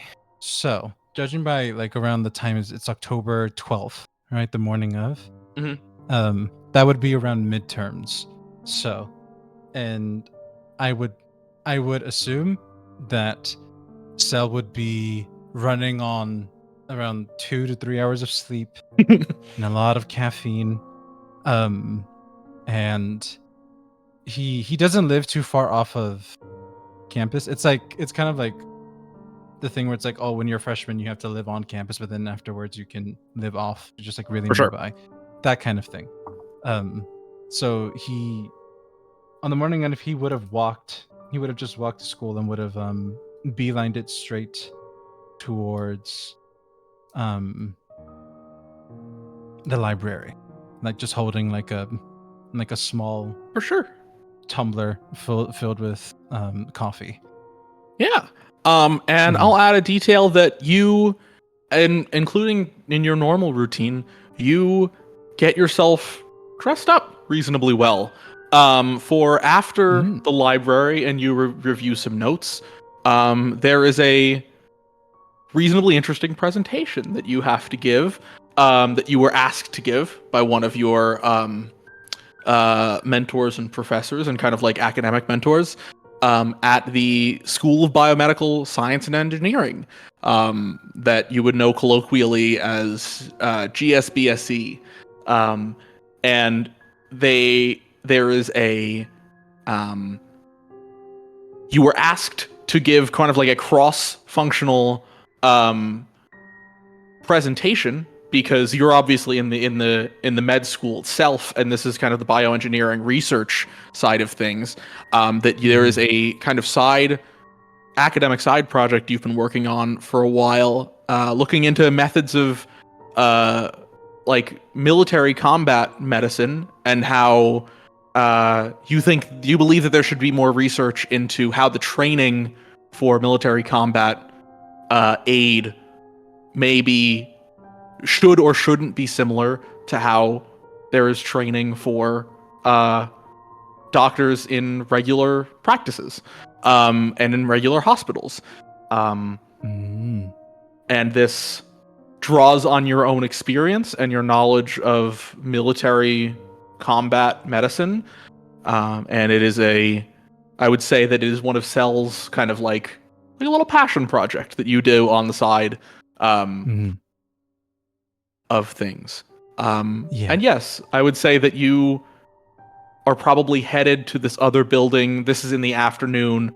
Maybe head to the library first to go over your notes and make sure your presentation is all up to snuff. Yes. Yeah. Awesome. Wow. Awesome. I really like what you did there. Wow. You are good. Told you. I really okay. So okay. I know exactly where I want to go with this. Okay. So Absolutely. Tell me. okay, so I would beeline into the library to go over the notes and dressed in business casual, you know, For sure. and then I feel like it would fast forward to, I'm in the lecture room. Do like giving a kind of a presentation. montage of you just furiously drinking coffee and reading note cards. Exactly. Yeah. Precisely. Yeah. Pushing up glasses that aren't prescription. I just think they add to the look. Oh my fucking gods! Of course. And so I'm in the middle of giving presentation, so it would kind of start off with being like, yes, and then it would kind of like fade in, like the, For sure. the speech, and then Cell would essentially be pointing, with a laser pointer, and then kind of going on about how, oftentimes we see overlap of doctors and attendings that come to work in these trauma units in hospitals around the country. Oftentimes they have combat medic experience, but we see that there are reports of that there seems to be a rough transitional period because things are done differently in an active field of combat, and then in the middle of that, everyone would start getting alerts on their phones. Yep, and I was about to say, and while you deliver that message, everybody gets a ping on their phone. That you get this ping on your phone, and you do notice that there is a kind of like universally accepted, like, all right, we're gonna take 5, but nobody else says anything, right? Like it's that same kind of feeling that that I was saying with Naja's experience, where it's like it's so freaky when everybody gets the same thing, right? It's like that little panic attack you get when you get an Amber Alert, which I feel like they don't even get that often anymore. But like when they were really doing that a lot, when I feel like the Amber Alerts first started being a thing, and everyone just had like this collective heart attack of just like, what the fuck is going on, right? Like you didn't even know it was good or bad. It was just like, ugh. Yeah. And there's definitely a moment where people start to open it up and start watching things, and but only a few seconds in. Let's have your first roll of the campaign. Would you please give me a Constitution saving throw, difficulty 13? Oh shit. Okay. This is my first roll ever, and like my first campaign. This is your first D&D roll. It's for your level of pain. I'm fully prepared to act it out. Don't worry. Yeah, metaphor. Oh, 8. What do you add anything to your Constitution? No, it's just flat. All right. So yes, you start overhearing the kind of like grisly voice in this video, right? That idea of that somebody saying like, and then, but all of that kind of like pitches out as your ears just start to ring. It's a mix of that feeling of when you're in a plane and your ears pop, and when you get a ringing in your ear, and they both happen at the same time, and it almost like you feel that before anything physical, and that makes you kind of like shut your eyes really hard, and you kind of like start to keel over, and then you start to feel the physical transformation where you're, it almost stems because this is a quasi-airborne virus that just doesn't seem to really follow any rules. that you kind of start to feel it from your chest outward as you're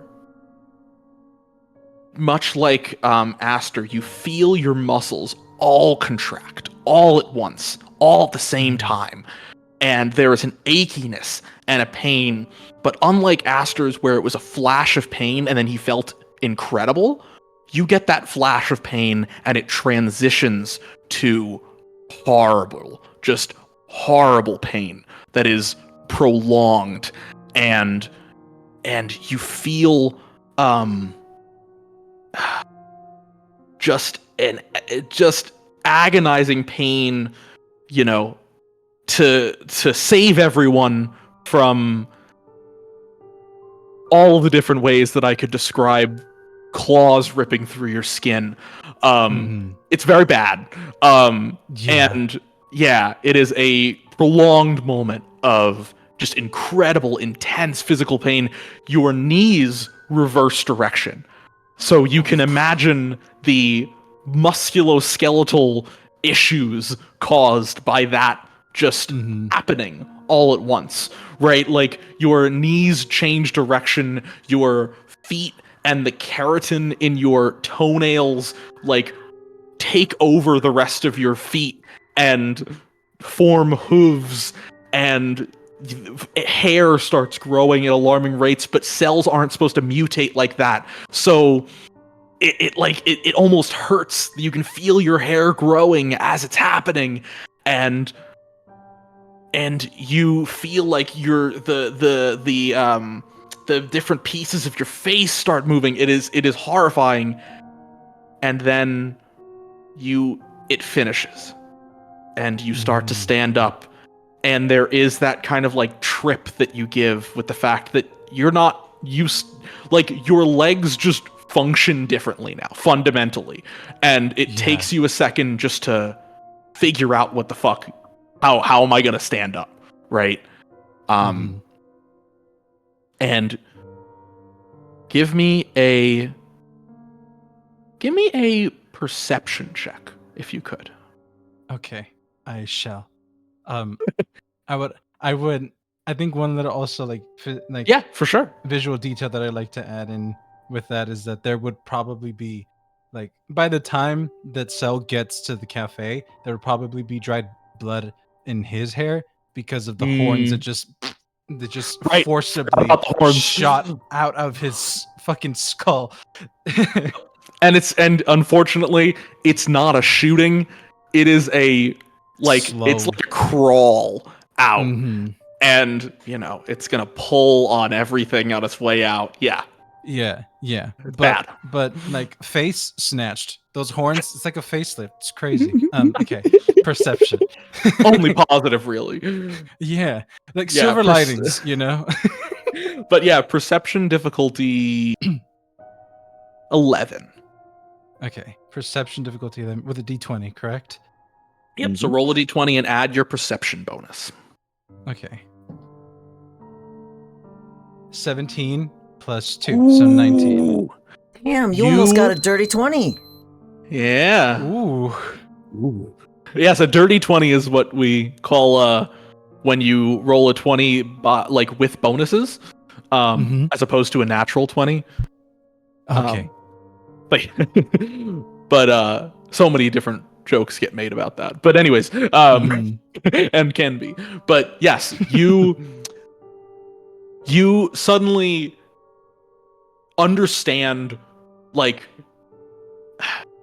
you don't understand what happened to you, but you understand that there is something animal happening, and therefore one step in logic is I also can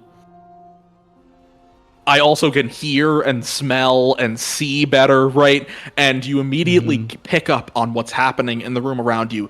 Some people are going through their own transformations. I'd say you're in like the atrium of a building, probably. You're not like in a classroom. You're probably like in like a nice little atrium of a building with like some tables set up with some snacks and drinks and stuff like that. And I'd say there's probably like 50 some people in the crowd. Some people are going through their own transformations.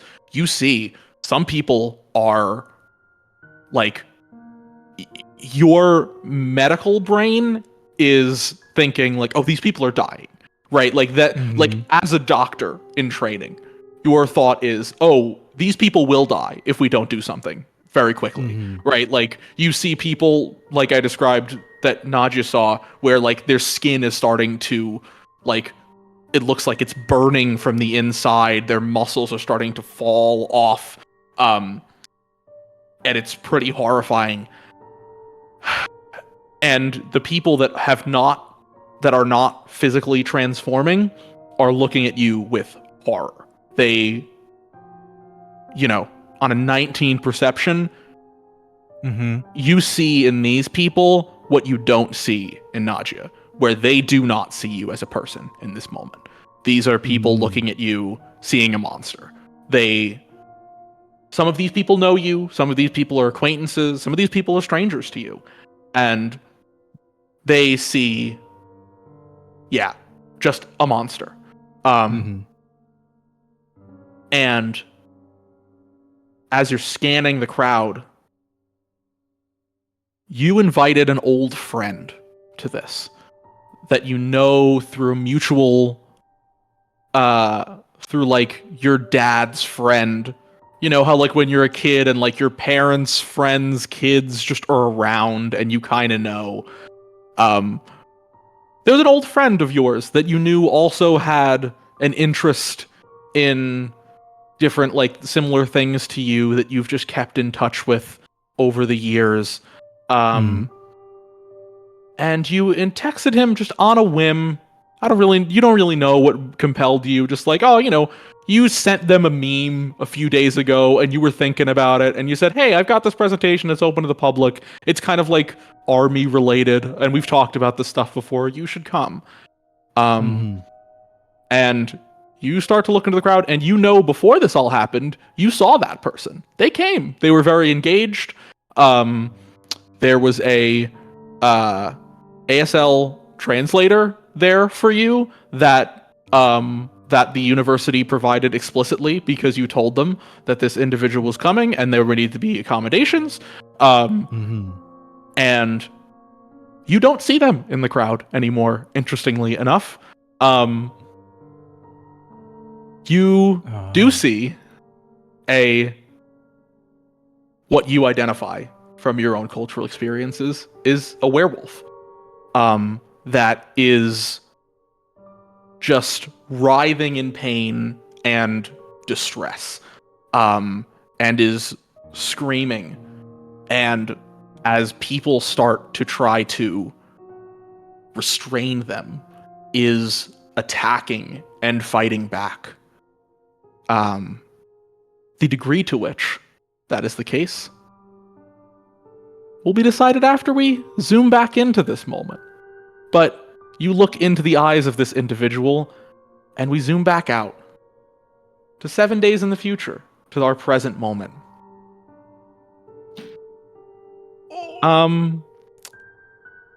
Hey, Echo, why don't you introduce yourself? Hello. I am Echo and Big Dog. Big dog. Big pupper.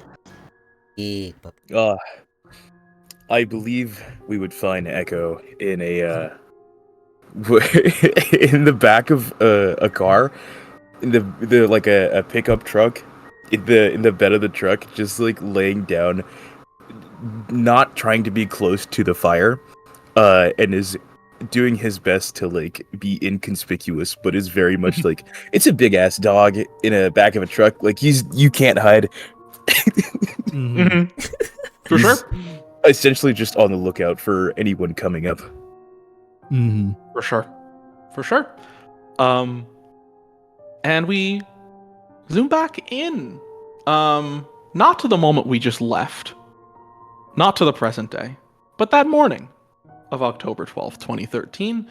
How do you think Echo started his day? I'm going to say that there is he probably has a shift at a local kind of like cringy, hokey pizza place that also has like comic book themes, but can't really decide what it wants to be, called Kapow Pizza, that you work at in the back, helping out cook and clean and things like that, and washing dishes. You probably have a shift there this morning before you wanted to duck out and run to this presentation of an old friend that reached back out to you that you haven't talked to in a while. Yeah. He's very hungover. He was invited to a party the night before and woke up face down in a plate of pasta. No idea what the sauce was, but he had to shower in the. We were all wondering. Not a clue what the sauce is. Oh god. And no one at the party was able to tell him. He tried to read their mouths, but he got essentially sauce, and that's it. Yeah. Woke up, took a shower, left a note for someone saying thanks for having him over, and then tried to sprint over to his shift. Only 2 people working as per usual. Yeah, you see, it's not a busy place. Frankly, it's not doing well. No one really in the town really understands what it's trying to be either. There's occasionally some comic book fans that come by and talk. There's a few people that you've known for a while that know ASL and will talk to you about comic books and stuff like that. But the pizza's not very good, and everybody knows it. And it's one of those things that's probably not going to last that long. But hey, why not? It's a job, right? Your boss soon is an old Korean man who was approached by a friend to run this place that was kind of greenlit by an angel investor, and it's 4 steps of corporate bullshit away to actually know who owns this place. But he's the boss. And it's a job, right? And he sees you walk in and is like, "Hey, how you doing? You made it on time. If on time was 2 hours ago." He makes a gesture that yes. Oh, and we fully he soon is an old man who is both crotchety and forgetful, and also kind of not with the times. So he totally forgot that you were deaf. He forgets every day and has to remind himself. And he's like, "Oh." And grumbles around and grabs a note of paper and just says "you're late" and sticks it in your face.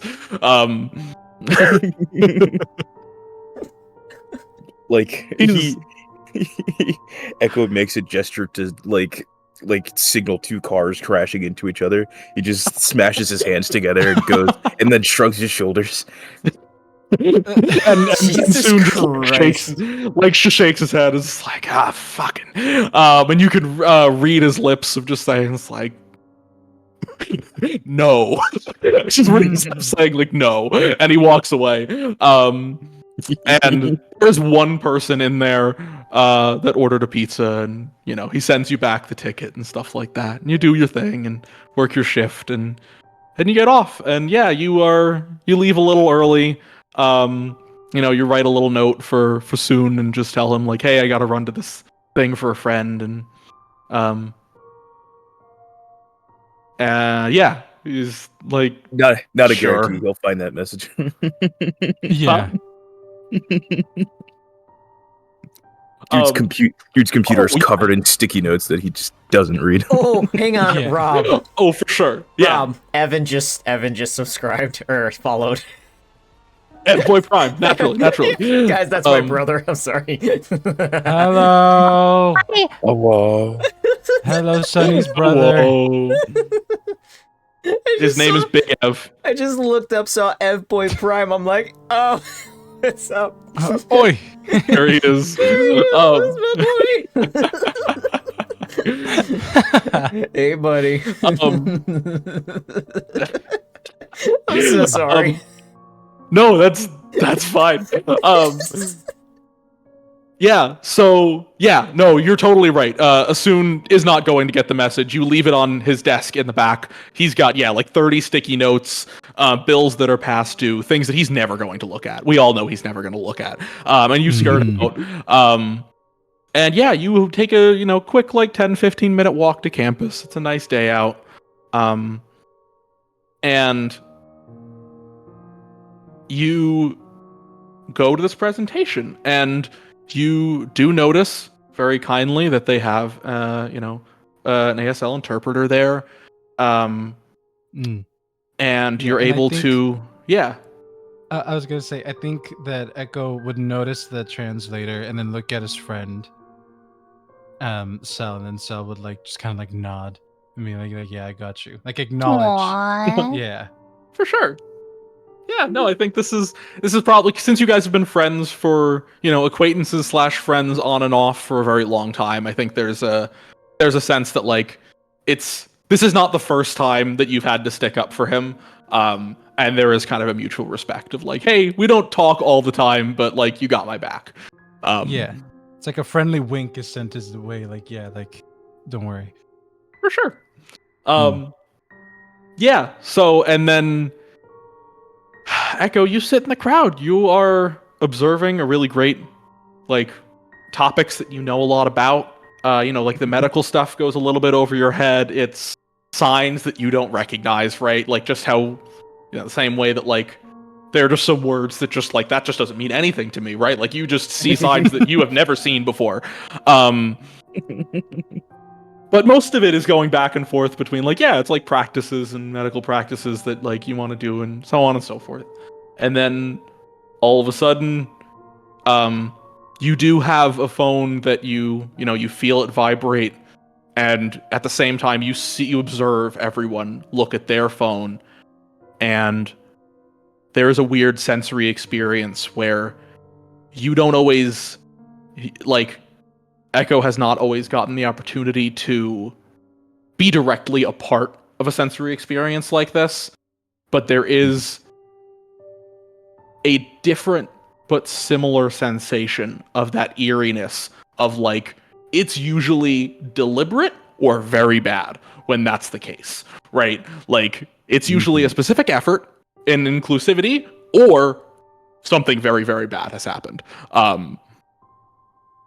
And you look down, you start to read the message, and then we will have your first roll of the campaign. Would you please give me a Constitution saving throw? Oh, boy. Difficulty 14.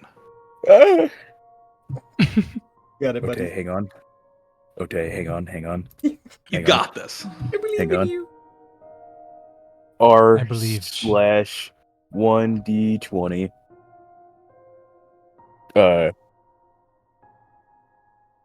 Plus, what is this? 2? Is this 4? 2. Your Constitution saving throw modifier. Hang on. Hey, while he's doing that, I unfortunately have to run something. I will be. Just fill me in when I come back. Okay. Just we all died. Boom. Everybody's dead. Yeah. Didn't work. Hang on. I also have an online roller set up if you want me to do it. Cool. Where do I Your con saving throw is +2. I can send you the link to the roller. perfect. Perfect. Alright. Usually this works. Are you trying to do it in Discord? Yeah, it was I think you need a... I was doing it in Roll20. Oh. I don't... Yeah. It worked for Rev. It just hates me.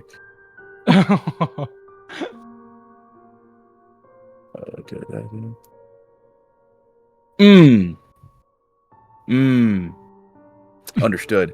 Hey, that's a 4. Ooh! Oh, Okay, that's tough. it's even more Well, painful for on you. the, a 4 on the die or 4 total? 4 total. Oh. Okay. I rolled a 2. I have a +2. Oh, God, I'm gonna have to work some serious magic to get this thing to trust me. Oh my god. so this isn't a mental thing. This is a physical thing, right? It's a Constitution that's- save. Okay. It's your only saving grace here. You know, not to beat a dead horse, but you feel your body change much like Cells does right across from you that you catch glimpses of while this is happening, right? Like, he wouldn't perceive you as easily it is the other way around because he's the presenter. And like, you're just a face in the crowd.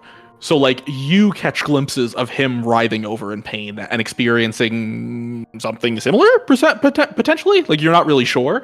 But yeah, you feel the intense pain of your face changing shape, of the muscle structure in your body changing, your knees reversing direction, and all the musculoskeletal implications of that. Except also, in addition, you feel your teeth growing and changing, and there are more teeth. So it's the idea of getting your teeth for the first time all at once, and the intense pain of that. There is just so much pain all over your body that your brain can't even process it all at once. And in addition to all of this, you feel your ears change shape. And for the very first time in your life, you hear. You feel a sensory experience that is foreign to you. It doesn't make a lot of sense at first because it's something that you've never experienced. You were born this way. It's overwhelming. It is terrifying because the first sounds that you hear are screams in your life. And that is just so unsettling and horrifying and anxiety inducing for Echo that the pain eventually fades and you get so overwhelmed, and then also you see the look on people's faces that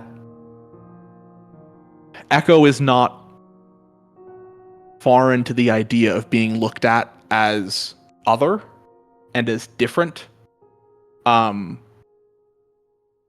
the worst way. But this is not different societally. This is different and a danger. And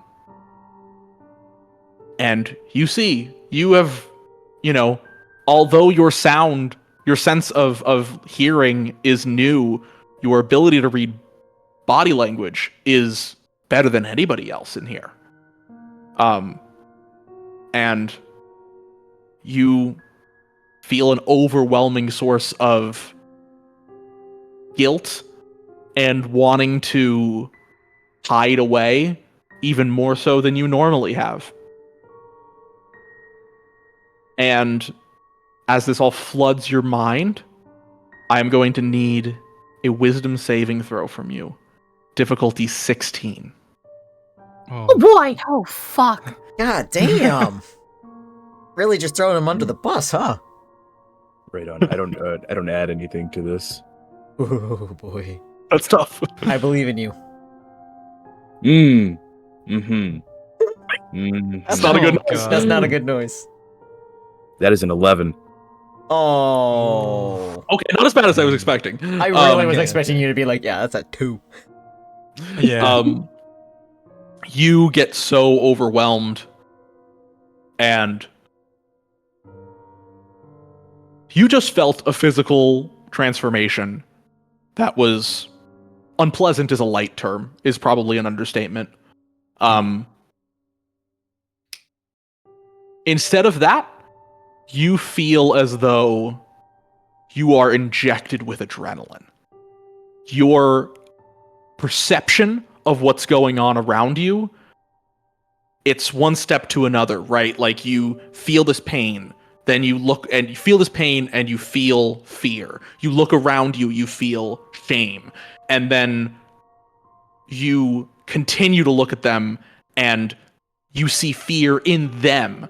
And when you see fear in people around you, the natural animalistic instinct is to either run or attack before you're attacked. And for whatever reason, the rewiring that just happened in your brain makes it so your instinct is to attack. And attack like you have never attacked in your entire life. Attack like a primal animal. Attack like something that has pent up rage their entire life that they are letting out all at once. You look around you. Someone next to you is a middle-aged woman who is not transitioning into anything, but is terrified and is shrinking back into her chair. The person sitting next to her, presumably a partner or something of that nature, goes to look like you read it as, you know, with that 11, it's failure on the wisdom saving throw. You read this as getting ready to attack, and you attack first. I'd like you to roll me an attack roll with your claws with advantage. Oh no. Oh my god. My god. You cruel, cruel man. Guys, it's getting real, alright? It's been real. Now it's crazy. Please refer to the pinned message in chat. For real. I warned you. Yeah. All right, that is a +6 to this roll. No! Oh my god. Thank God I rolled a 2. Oh. But I have advantage. Burst your bubble. It's advantage. Yeah. Yeah, you gotta roll a second time, buddy. Roll again and take the higher. That's a 3. We're good. We're good. We're so good. Well, maybe. Wow. So, Not instant No, death, at least. yeah, you are in a new body, effectively. Like, you have been transported into a new body. You... I know, buddy. No, you've been transported into nobody. No, you've been transported into a new body. You have no idea what to do with it. It's almost like your muscle memory gets confused, and, like, you reach out to attack, and, like, there is a, like, disconnect between the, like, animalistic attacking part and the knowing how to move your body part. And, like, you reach out, but your hand isn't where you think it's gonna be. So, like, what would be, like, a precise slash to the chest ends up just being, like, a knock to the back, and you knock him into the chair in front of him, but you don't really do any, like inflict any pain. It's just you move him.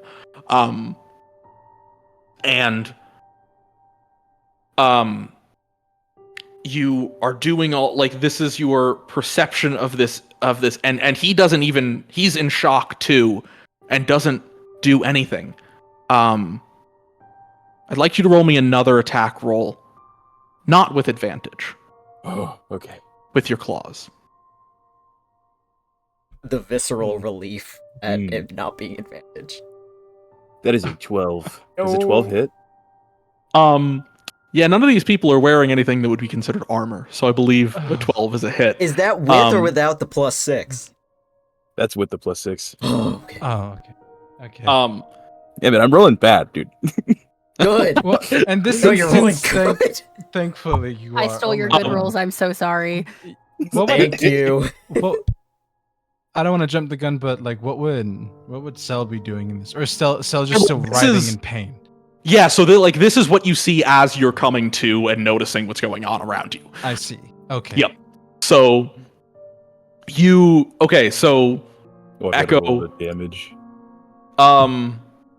Oh yes, yeah. Honestly, it's okay. So he's just sorry, straight up. that was real He's dead. alarming.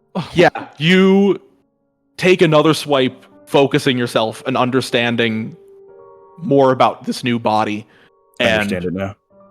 yeah, and unfortunately, you understand it, and you slash this guy's like slash a vein in his throat on your way through with these new razor sharp claws. And he immediately falls to the ground. And it's another strange disconnect as you're mentally trying to put together what just happened, because you understand as a like living being, you understand what just happened, but you are overtaken with this just boiling rage to defend and keep yourself safe. This rage that is trying to. It is almost like every part of your self, every part of your identity that resents being looked at as other your whole life has constituted in a source of like deep-seated rage, deep within your personality, like deep within who you are. All of this just boils into a rage, and that has overtaken your mind right now. So there's that disconnect of like, you understand what you've done. You understand that for the first time in your life, you have killed a man. But there are other part of your body, there are other part of your brain that's trying to like justify it. Like saying like, oh no, this is not bad. What you've done is necessary. What you've done is to protect. What's gonna happen next is I'm gonna roll an attack for someone behind you to try to jump and do something out of just desperation. Oh boy. And they are going to hit is the wrong word. It's going to be a success. They are able to jump on your back and try to start. I don't know. It's like a kid jumping on like an adult and like wailing on them with the sides of their hands as hard as they can. That's the difference in like size and just like, because what you realize in this moment where you get hit by this person is that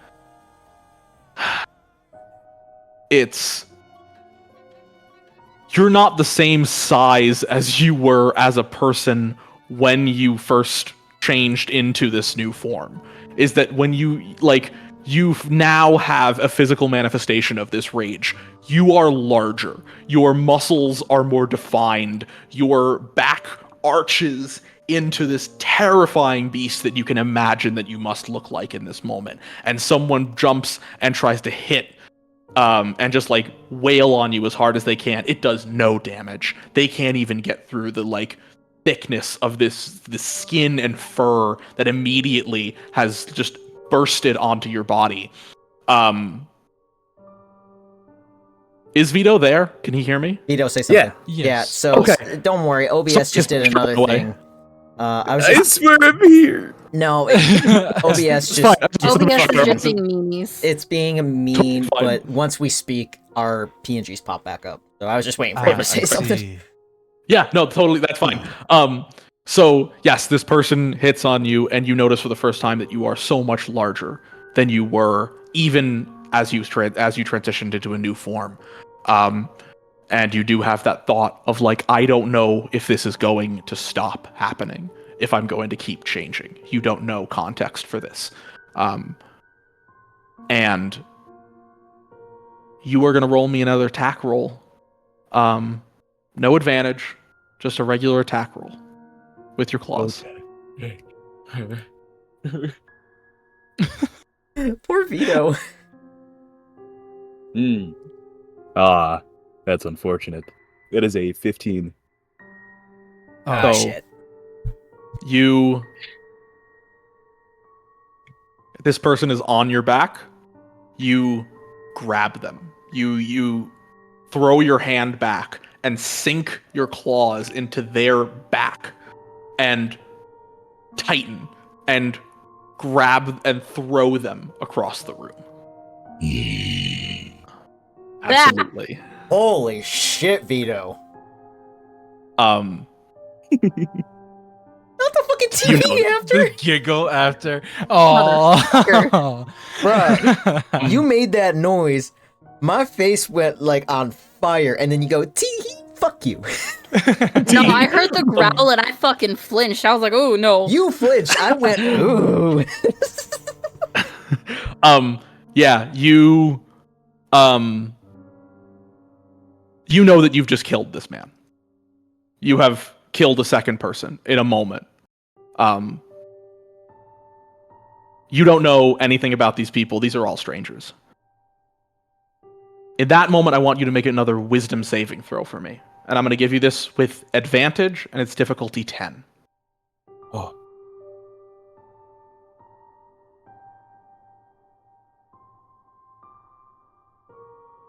the suspense. That is a 16. Okay. Oh. It finally gets through to your inner voice that you have just killed a second person. That you grew up around the military. Death and killing to defend is glorified, right? Like, there is that artificial glory of war that you grew up with as a constant presence. So there is another little like passing thought of like, well, my dad's definitely killed people, right? Like, my dad was in the military. I guess this is just what adults do, right? Like, there's that little, it's, you know, that like kind of imposter, like reverse of imposter syndrome that we get sometimes when we grow up, of just like, oh, maybe this is just what happens when you like enter the real world. Yeah, trying to rationalize. For sure. Stuff. But that's a glancing thought.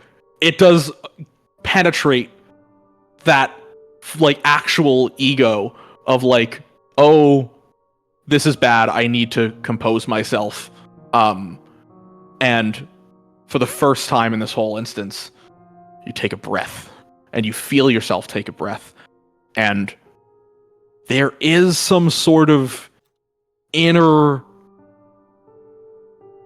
I want to say it's like a kind of instinctive feeling of success where like you do feel for the like whatever just happened that overtook you, you controlled it and you figured it out. You don't really understand what happened and why, but you did it. And you also in that moment and that success on the wisdom saving throw and your ability to compose yourself, you notice everyone around you is not focused on you for a moment. You're not sure why.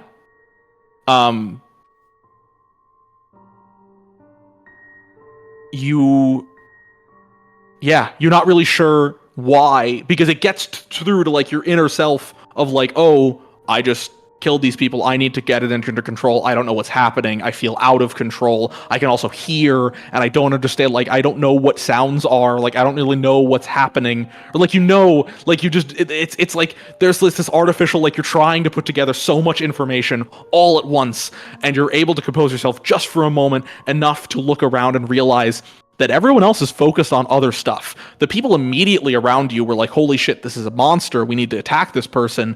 But you, now that you gotten yourself to compose yourself, that you're now realizing that no one's focused on you, really. And I don't even think you, I mean, you can tell me otherwise if you want. I don't even think you think about why that is. Oh yeah, I'm simply out of there, man. For sure. And is it fair to say that when you bolt, that Cell would try to follow? Probably, yeah. If not, that's okay.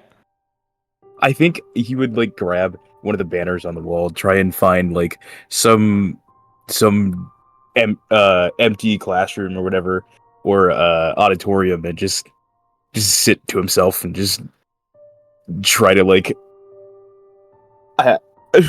make sense of what's going on, but also like he hears everything and it's too much. For sure. Mm. So what would I try and do when I see So I was gonna say, Sel, why don't you give me a investigation check for me? Investigation. Okay. Investigation difficulty 11. 11. Okay. Let's see. What is this? That is a 17 and a +1, so an 18. Ooh. 18. Your dice were anxious to help you out. Yeah, I know. It does occur to you on an investigation roll, you figure out who's missing if in the crowd. That Yeah. nobody else really changed their look except for the two of you, and you figure out who's missing. And you can put 2 and 2 together. And you're able to put 2 and 2 together and figure out who it is. And you... Yeah, I think that, like, okay, so you can say, like, with your knowledge that you figure out this is the friend you invited. Does that change how you view the situation? I think that in the moment when he finally came to, ears still ringing, just like still reeling from the For sure. remnants of what was the pain of the transformation, of what happened to him. Blood dripping down his face, on the sides of his face and down his neck from the newly sprouted horns. He would see that there was, just like you described, there was this big just wolf, bipedal wolf, that I think what he would have initially seen would be Echo slashing that man's throat, and then like gasping in horror, and then seeing the other person jump on his back, and then him throwing him across the room on the side that I am. So, and then I would hear like a horrifying snap, and I think that from my like medical knowledge, that snap is not from like the like baseboards of like where he landed against the wall. And so then I would put 2 and 2 together and see that is my friend. And I think especially also like recognizing that the tatters that are still on him, I recognize as parts of the clothes that he walked in with. And so then to see him try and bolt, I think I would try and follow, albeit a bit awkwardly, because I have I'm a satyr. I'm like a satyr. I have new legs. I don't know how to walk when my knees are backwards. What Like, the fuck's up with my legs? Give me a dexterity saving throw. Oh shit. Okay. Difficulty All right, 10. Okay. Saving throw. Okay. All right. That's a nat 20. Plus 2, so 22. Your first Hey man, you were never in track and field before, but you could be now. You're Oh just yeah, like, no, oh, it's we booking like it. you feel like you're levitating. Like it is you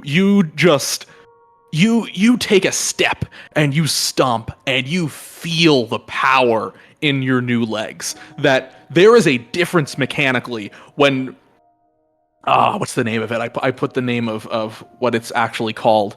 Digitigrade like knees. Like there is a power in that. Like this is a mechanical evolutionary trait because it makes you run really goddamn fast and hard and aggressively. And you I think draw on that medical medical knowledge in the back of your brain of that about anatomy of like, oh, this means I can run like hell, right? Like you just put together like, oh, I'm a like range animal. Like Okay, got it. Yeah.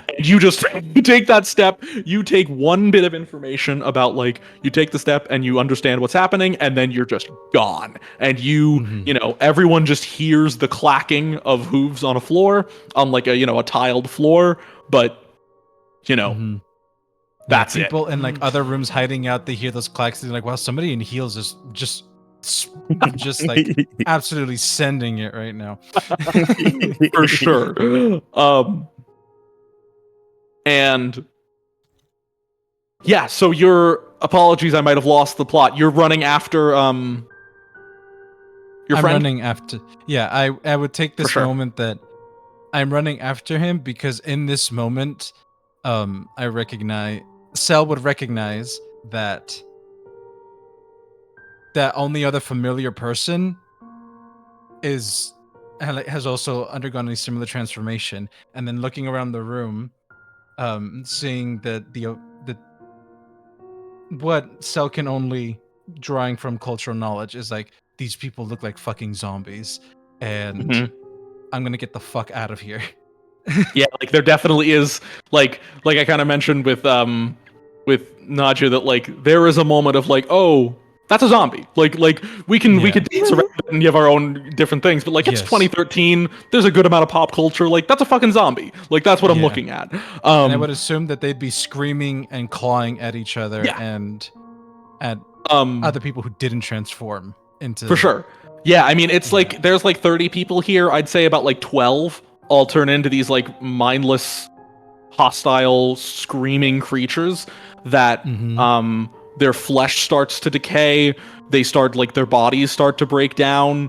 But also like they kind of come to a homeostasis, and they also start grabbing at the flesh of everyone that they can get to and trying to put it in their mouth. You see several people die pretty much instantly because they start to like grab at their organs, and like they're like they just, yeah, it's horrifying. That so like there are 30 people in this room. The two of you change, that leaves 28. I'd say about 12 people turn into zombies. You're not terribly sure if that other 16 people make it out. Like, you just don't know. Like, it's just very likely that they are all going to die because these people are so ferociously trying to kill everything around them.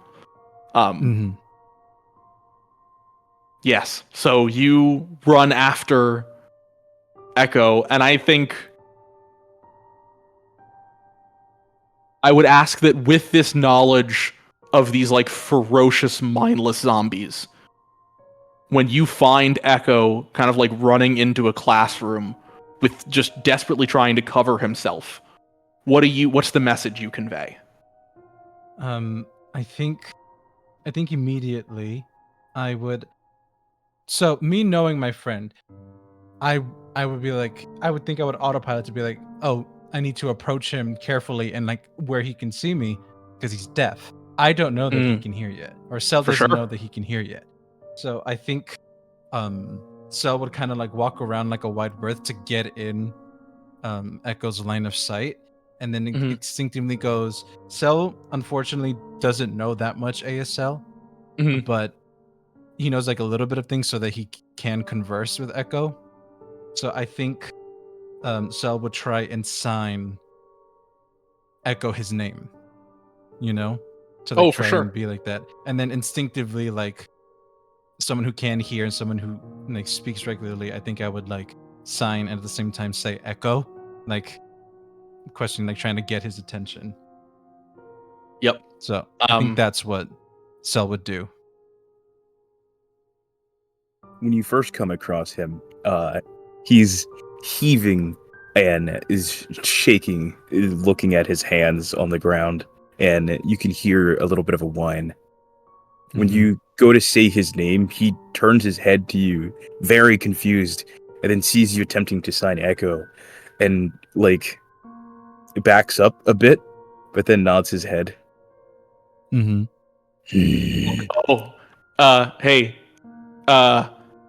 give me a Echo. Give me a intelligence. What have I got here? Intelligence based. No, just give me an intelligence saving throw. Difficulty 10. Right on. Saving throw isn't really the spirit of it, but that's the gist. 18. Oh, You've just heard your name for the first time, Oh, and you know it.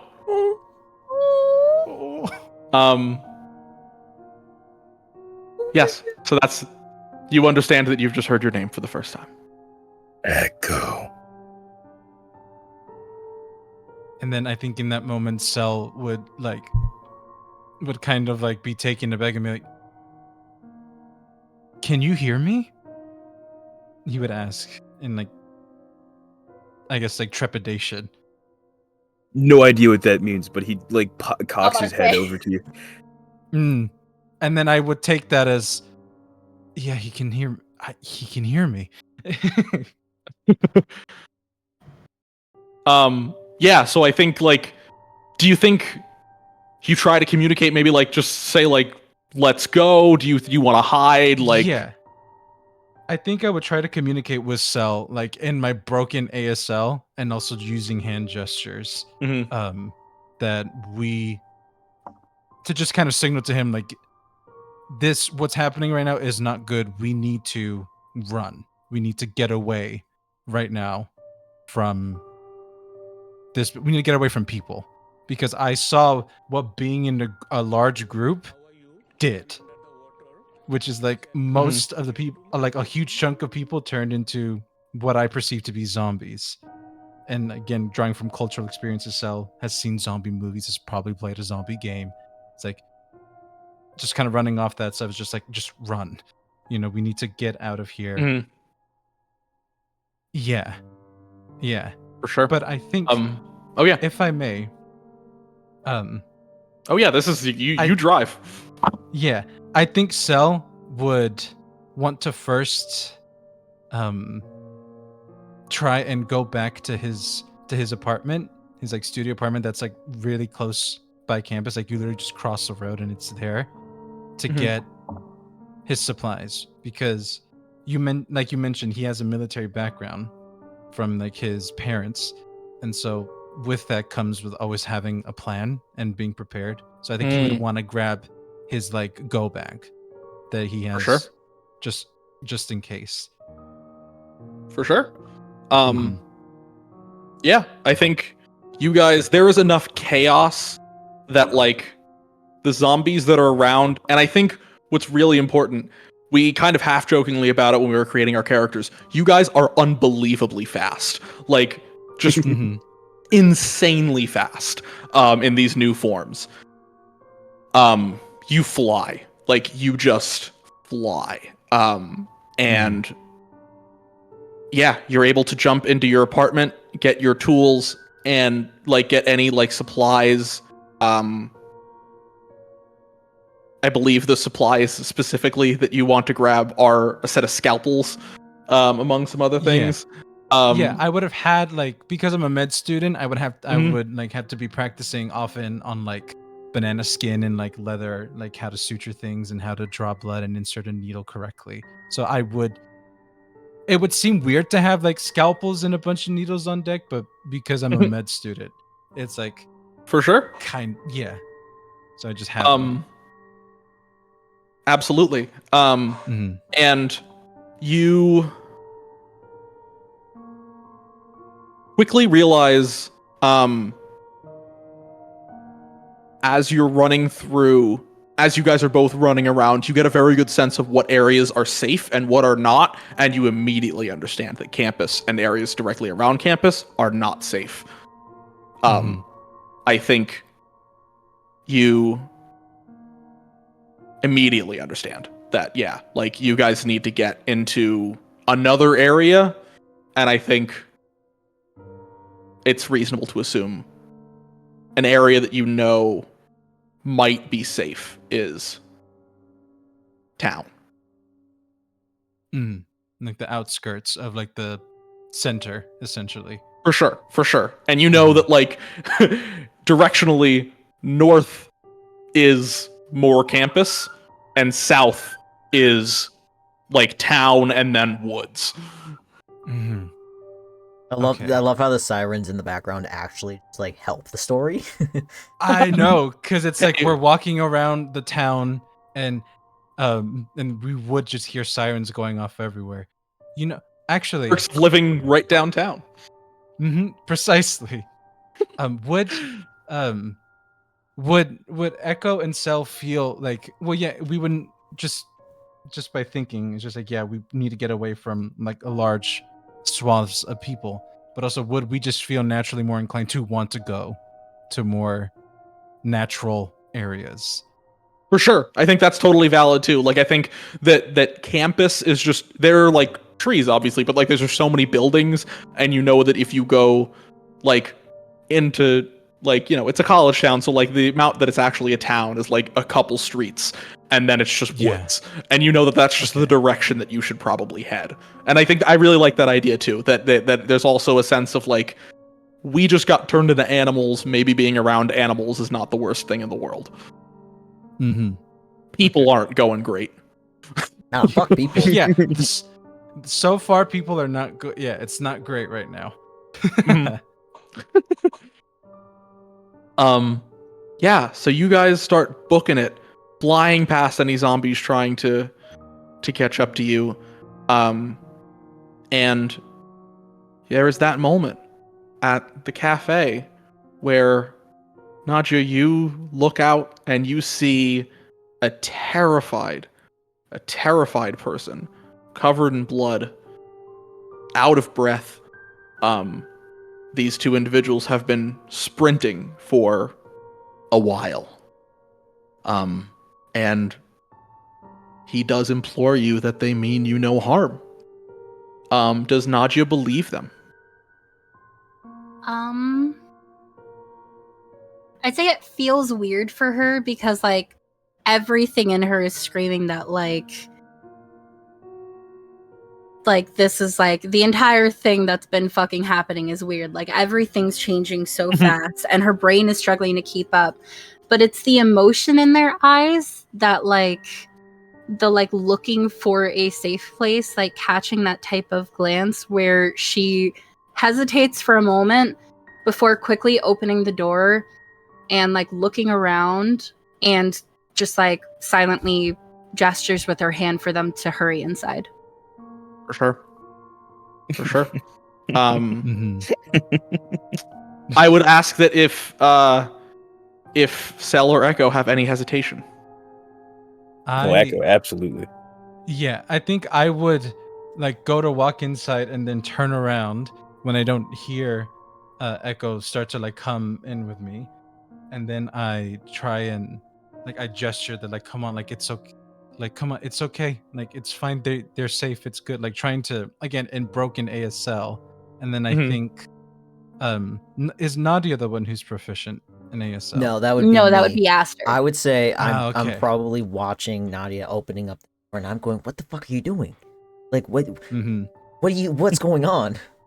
Yeah, And then the next thing that you notice is Cell just desperately trying to figure out how to sign this. yeah. Okay, so like, my guess is my clip clops. my guess is I probably start to walk over and I see Cell first and I'm just taken aback. Mhm. Hold on. I'm like, I know I'm different, and I know Nadia's different, and that other fucking guy, what's his face? Murdoch? Murdoch. Nice. Mm-hmm. I'm like, we're different, and I'm like, you know what? Fuck it. Sure. Why not? Mm-hmm. And then I look Yeah. over and I see Echo, and I don't know if it's fear or shock or what, but I freak. Because what am I looking? Mhm. Mm-hmm. But then I see Cell ASL. Something sort of clicks in my. I think that probably humanizes him even more so than it already had, right? Yeah. So I see Cell. Humanizes not in like a literary sense. I mean, like humanizes in like you literally see this person like this is a human. Yeah. This was a human. Like you get it even more. Yeah. Yeah, I Mhm. understand. I know that. Like, I see Cell signing to the wolf creature, and I'm like, oh my god, that's another person. Holy shit! And I'm like, dude, like, are they deaf? Like, is this Yeah. person deaf? Mm-hmm. Oh, was that a question in game? Yes, To sell? sorry. Yeah, that's Okay. to sell. Oh, I'm Tim. so oh, sorry. I thought that was rhetorical. Okay. My bad. Like, Is is he deaf? Is he dead? I'm just like, well, he was when we were human, I suppose. But then I think that when we transformed, he gained the ability to hear, but he doesn't know what words mean audibly Oh, because he was born deaf, so shit. he only speaks through signing, and I'm not great at it. Okay. 1 second. Go over and I start to sign. Are you okay? That's the first thing I do. Are you okay? You see the big wolf looks at you in your eyes and then shakes his head furiously. Oh, my heart just breaks. I know, I'm my like- heart just dropped. I'm like, it's safe in here. Come inside. Like, I know that there's like, I want to be like more gentle, but we don't have time. Mhm. Echo waits a moment, looks around to see if anyone was looking, and then, like a dog trying to fit through like steel bars, is struggling at first. His head goes through no issue, but then like his shoulders, he's mad broad, so like he has to like maneuver his way in, and it's like he essentially just falls to the side and then like wiggles in like a worm. You know what? I just watch. I'm like twitchy. I'm like, should I help? Should I give him room? I don't know what to do here. It's also like a kind of like very confusing, eerie sound of like claws and hooves on a space that has definitely never had that. Right, like especially for Nadia, where like you're here every day and you have never heard that noise in here before. Yep, I can imagine there's just like a bit of a slick sound from the blood as he's sliding on the. It's because it's also dead quiet, like terrifyingly quiet too. Yeah. I'm just Yeah. like, ooh. You chose a bad time to wax the floors, Nadia. In the Oh, back of your God. mind, you're like, Grandpa, just wax the floors. Yeah, dead ass. It's like, man, Grandpa just cleaned that. Come on, guys. So you guys all meet up. I think we'll end tonight with flashing back to current, or current in terms of the story. October 19th, as we sit around the campfire, someone in the grocery store, in the group that you guys have been kind of huddled with,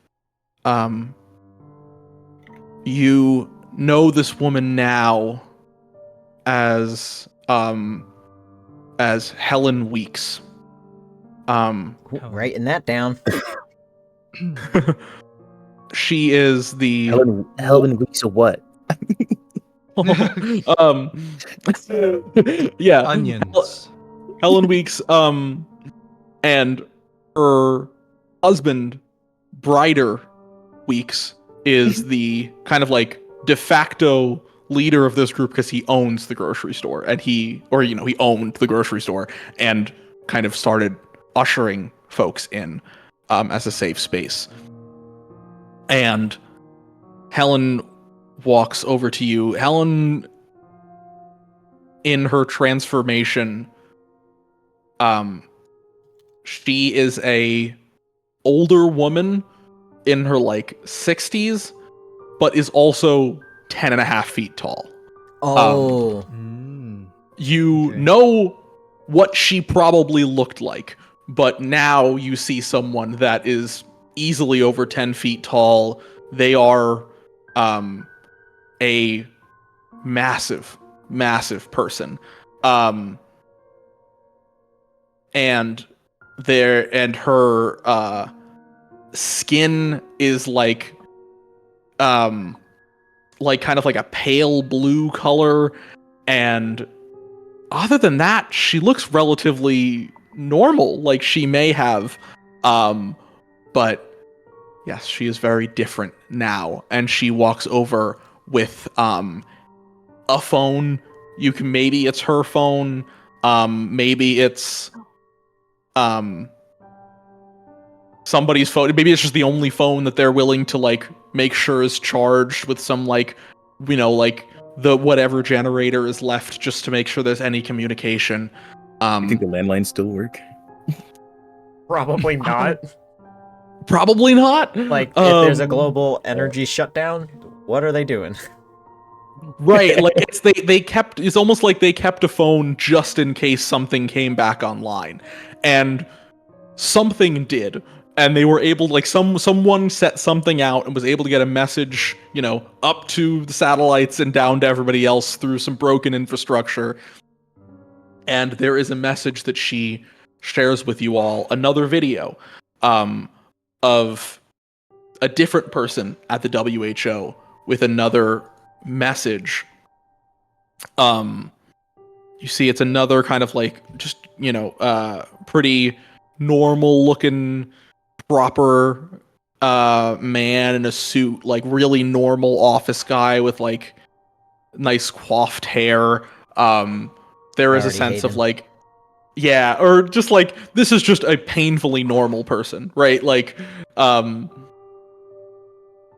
just like they put a guy that is just totally not totally inoffensive. They just found someone that just looks totally inoffensive in a time where people are transforming into monsters effectively by their own by a lot of people's perception, and they just found a guy. And he explains the following message, and kind of reiterates the same message that happened before in a little bit more proper tone, but expands and says that a lot of the similar information is in the first one. Then he goes on to say, after the initial infection, over the course of the next 82 minutes, beginning from that spot, spanning the entire globe, the human inhabitants of the planet were instantly infected, as we can tell with preliminary medical intervention, an ABO virus of extra-dimensional origin that we are nicknaming, in shorthand, Abido. Their immune systems react to fight it as best they can. What we understand is that the manner in which their immune systems reacted was exactly in line with their blood type. Individuals with the blood type of A positive appear to be completely immune. We're not sure why yet. We are still researching. Among the remaining 2/3 of the population, the most concerning reaction was those with the blood type of O positive. It composes about 30% of the global population. It has seemed that among individuals that are managed to stay online and communicate, they are beginning to be known as afflicted. Their immune systems seem to be completely unable to fight the virus. It has been found that the Abido virus consumes more of the host's bodily energy than it can produce, leading to both the immediate diverting of the majority of electrical energy from the brain and the inability for the body to reproduce its own cells. This leads to non-essential brain functionality to cease and the immediate decaying of the body's tissue. The individual is left in a manic, brainless anxiety with its only objective to consume anything it assesses as food. It is believed that this virus's effort to use its host to maintain this is the virus's effort to use its host to maintain itself. But despite its effort, it also seems that this individuals are still affected by food toxicity. So without areas of the brain to reason through bodily maintenance, we feel that it is likely that these afflicted are to die out within about 6 months. And then it cuts off as the phone dies. And that is where we will leave tonight's session. Wow. Yay! I want to, like, I'm tired, but I want to keep going. Like, I know. When I had a when he's question. oh, what was your question? Well, because I was gonna look for the letter. Is that something like from her grandfather? Are we able to go back to that next session, or is Yeah, this we're like gonna keep going through flashbacks and like things. Okay. Yeah, for sure. No, we are Okay. definitely not done. In terms of kind of spelling out what happened in the days between. got it? Mm-hmm. Oh my God. Sorry, I'm still Well- writing notes. That was Oh boy! fucking fantastic, Rob. Also, Thanks, guys. You guys were great. We're awesome too. this was so much fun. Also, Aw. Rob, I'm unwell. I don't know if you noticed, but there were multiple people in the chat that were like, "We approve of Rob as a DM." Thanks, chat. Yeah, Oh, yeah, it was You did a great. great job, dude. Absolutely, Oh I my told you God. guys. that was amazing. I hyped you up. I was like, dude, he does good. this- um, This PNG of the wizard has been sending me the entire time. I've been trying so know. hard to not laugh every time he talks.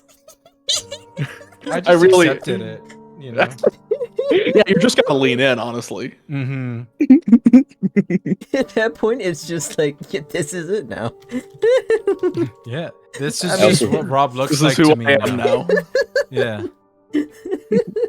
If you want to know what he Dumbledore really Hawk. looks like, you got to look at that fucking husky Elmster? meme, the one that like grins. That's what he really looks like. Mal. When I tell these awful puns that I do, yeah, I make the face of that like husky meme that's laughing. Fully, just make that face. Oh yeah, where is it? Hold on, I made it a sticker here. Hold on. Oh yeah, you've got in our, it in it's in our Discord. server. There we go. It's in Um, general. It's like still remember when I made those stupid fucking puns at the table and you made the face for it. I was like, hey, what? Your leather, because it's me. Hi. And then I look over and you're making the fucking face and I lose it. Oh my god. You gotta do it. You just have to. Yeah, You gotta You do it. simply have to. That was so good. I'm like so happy at like well, I mean it's session 1, so we do have to do like a lot of setup for this. Mhm. And but I'm like I'm just gonna guess you it more. I really like the way you did it because changing tenses and all that can get quite messy, but it was very seamless the way that you did it and kind of weaved into like how the characters like come to know each other, and then we go back. It's just like, oh well, who are these two? And then we find like that's good. I really like it. I like that a lot. Thanks. I can't wait. Yeah, Yeah. very good. Seems everyone has a bit of a soft spot for Echo as well. Everyone Well, was yeah. crying. I haven't been a DM for that long, but like I don't think I've ever gotten hit as hard from a player's decisions. Like, holy shit. I know. Like, Poor man. I was like, oh, Like, oh, I know. Oh, I'm gonna torture him. Yeah, like I just know like the backstory. Like I know what's coming, and even then I was like, oh. I know. yeah. Made Quoting, him roll attack. quoting Melody, you set a very clear picture and reason for why these people are together and what they're going. Which is You guys are really yeah. gassing me up too much. This is too much. All Well, right, it's we gotta calm good. down before we inflate his ego. Okay, yeah, Fuck. you suck. Yeah, what the Yeah. fuck, man? You know, I'm turned off for First. D&D forever now. Yeah, I quit. I'm quitting. I'm done. Like, that's it, I'm done. Just kidding, I'm about to get my 8th set of dice. Oh my god. What? It's a gift. I can't. It's a gift from my It's a pookies. gift. Rev, it's a gift from our husband. Oh my god. Oh yeah, Rob, that's something you don't know. Streaky is my husband, Rev's husband, Sure. and another person named Saku's husband. He's also my mom. Apparently. Uh-huh. Apparently. There is art of him where he is just wearing a crown that says King of the Twinks. You Nice. love a polycule here. Streaky I is mean, the collector of husbands. Oh right, you have a fourth husband. Loyalty. Your friend's husband. It's so funny because the thing is like apparently I'm the first, and I'm just not a twink. Like objectively. No, I'm Yeah. not either. I'm an otter. Yeah. Yeah, what he said. Otter. Hey, that's my I think- classification. I There's think a they lot of call me Bear. classification. Yeah. I think I'm known as a bear. I believe. I thought you were a wolf. You actually That- in the that is a classification. classification. He might actually be a wolf. Yeah. I think he actually is. In the I'll be the down. gay Yeah. classification. Yes, Streaky, you're Yeah. a penguin. You're a very cute one. Yeah. I have officially a wolf lost. sluts in okay, a wolf sluts in between an otter and a bear, where an otter is like a small, hairy person, and then a bear Or is like an a really average- big, burly, hairy person. Mhm. Yeah, oh yeah, average In person. yes. between? Wolf is like muscular, hairy person type shit. Okay, what about someone who's bigger and shit. isn't hairy? Anyway, actually, then we're getting way Jock. off top. Like yeah. Anyways, No. Rob's just like, what the fuck just happened in the last 30 seconds? anyways, I was trying to stick around, but you lost me. It's okay. yeah, We're getting into the gay Yeah. talk. yeah. All right, I think We that's make it real complicated for ourselves. that's probably a good spot for us to end the stream then. Yay! Sounds good. Yeah, Yay! God, this was such a. it's so much fun. I want more. You guys were awesome. No, it's I had to stop Soon. myself during the explanation from going, "Ow!" Ow! I would have fucking lost it if you did. I'm gonna learn how to bleat like a goat. Just you watch. Bruh, Just you wait. No, but that would actually be so cute. Unless you do the screaming goat one. No, then I'm I'll not just gonna- be terrified. I don't think I can. I'm gonna see if I can come up with two different accents for Aster. One from before and then one that's smoother. Ooh. Ooh. Make it. He's gonna be It's sexy. time for smooth jazz. See, what did I say? He's got 50 accents under his belt. uncomfortable.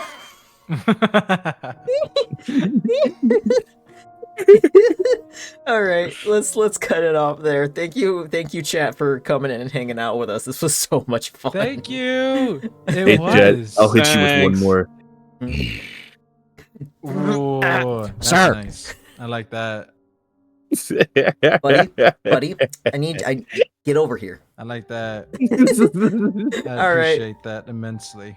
All right, good night, everyone in chat. Love you all. Good night. Bye. Bye.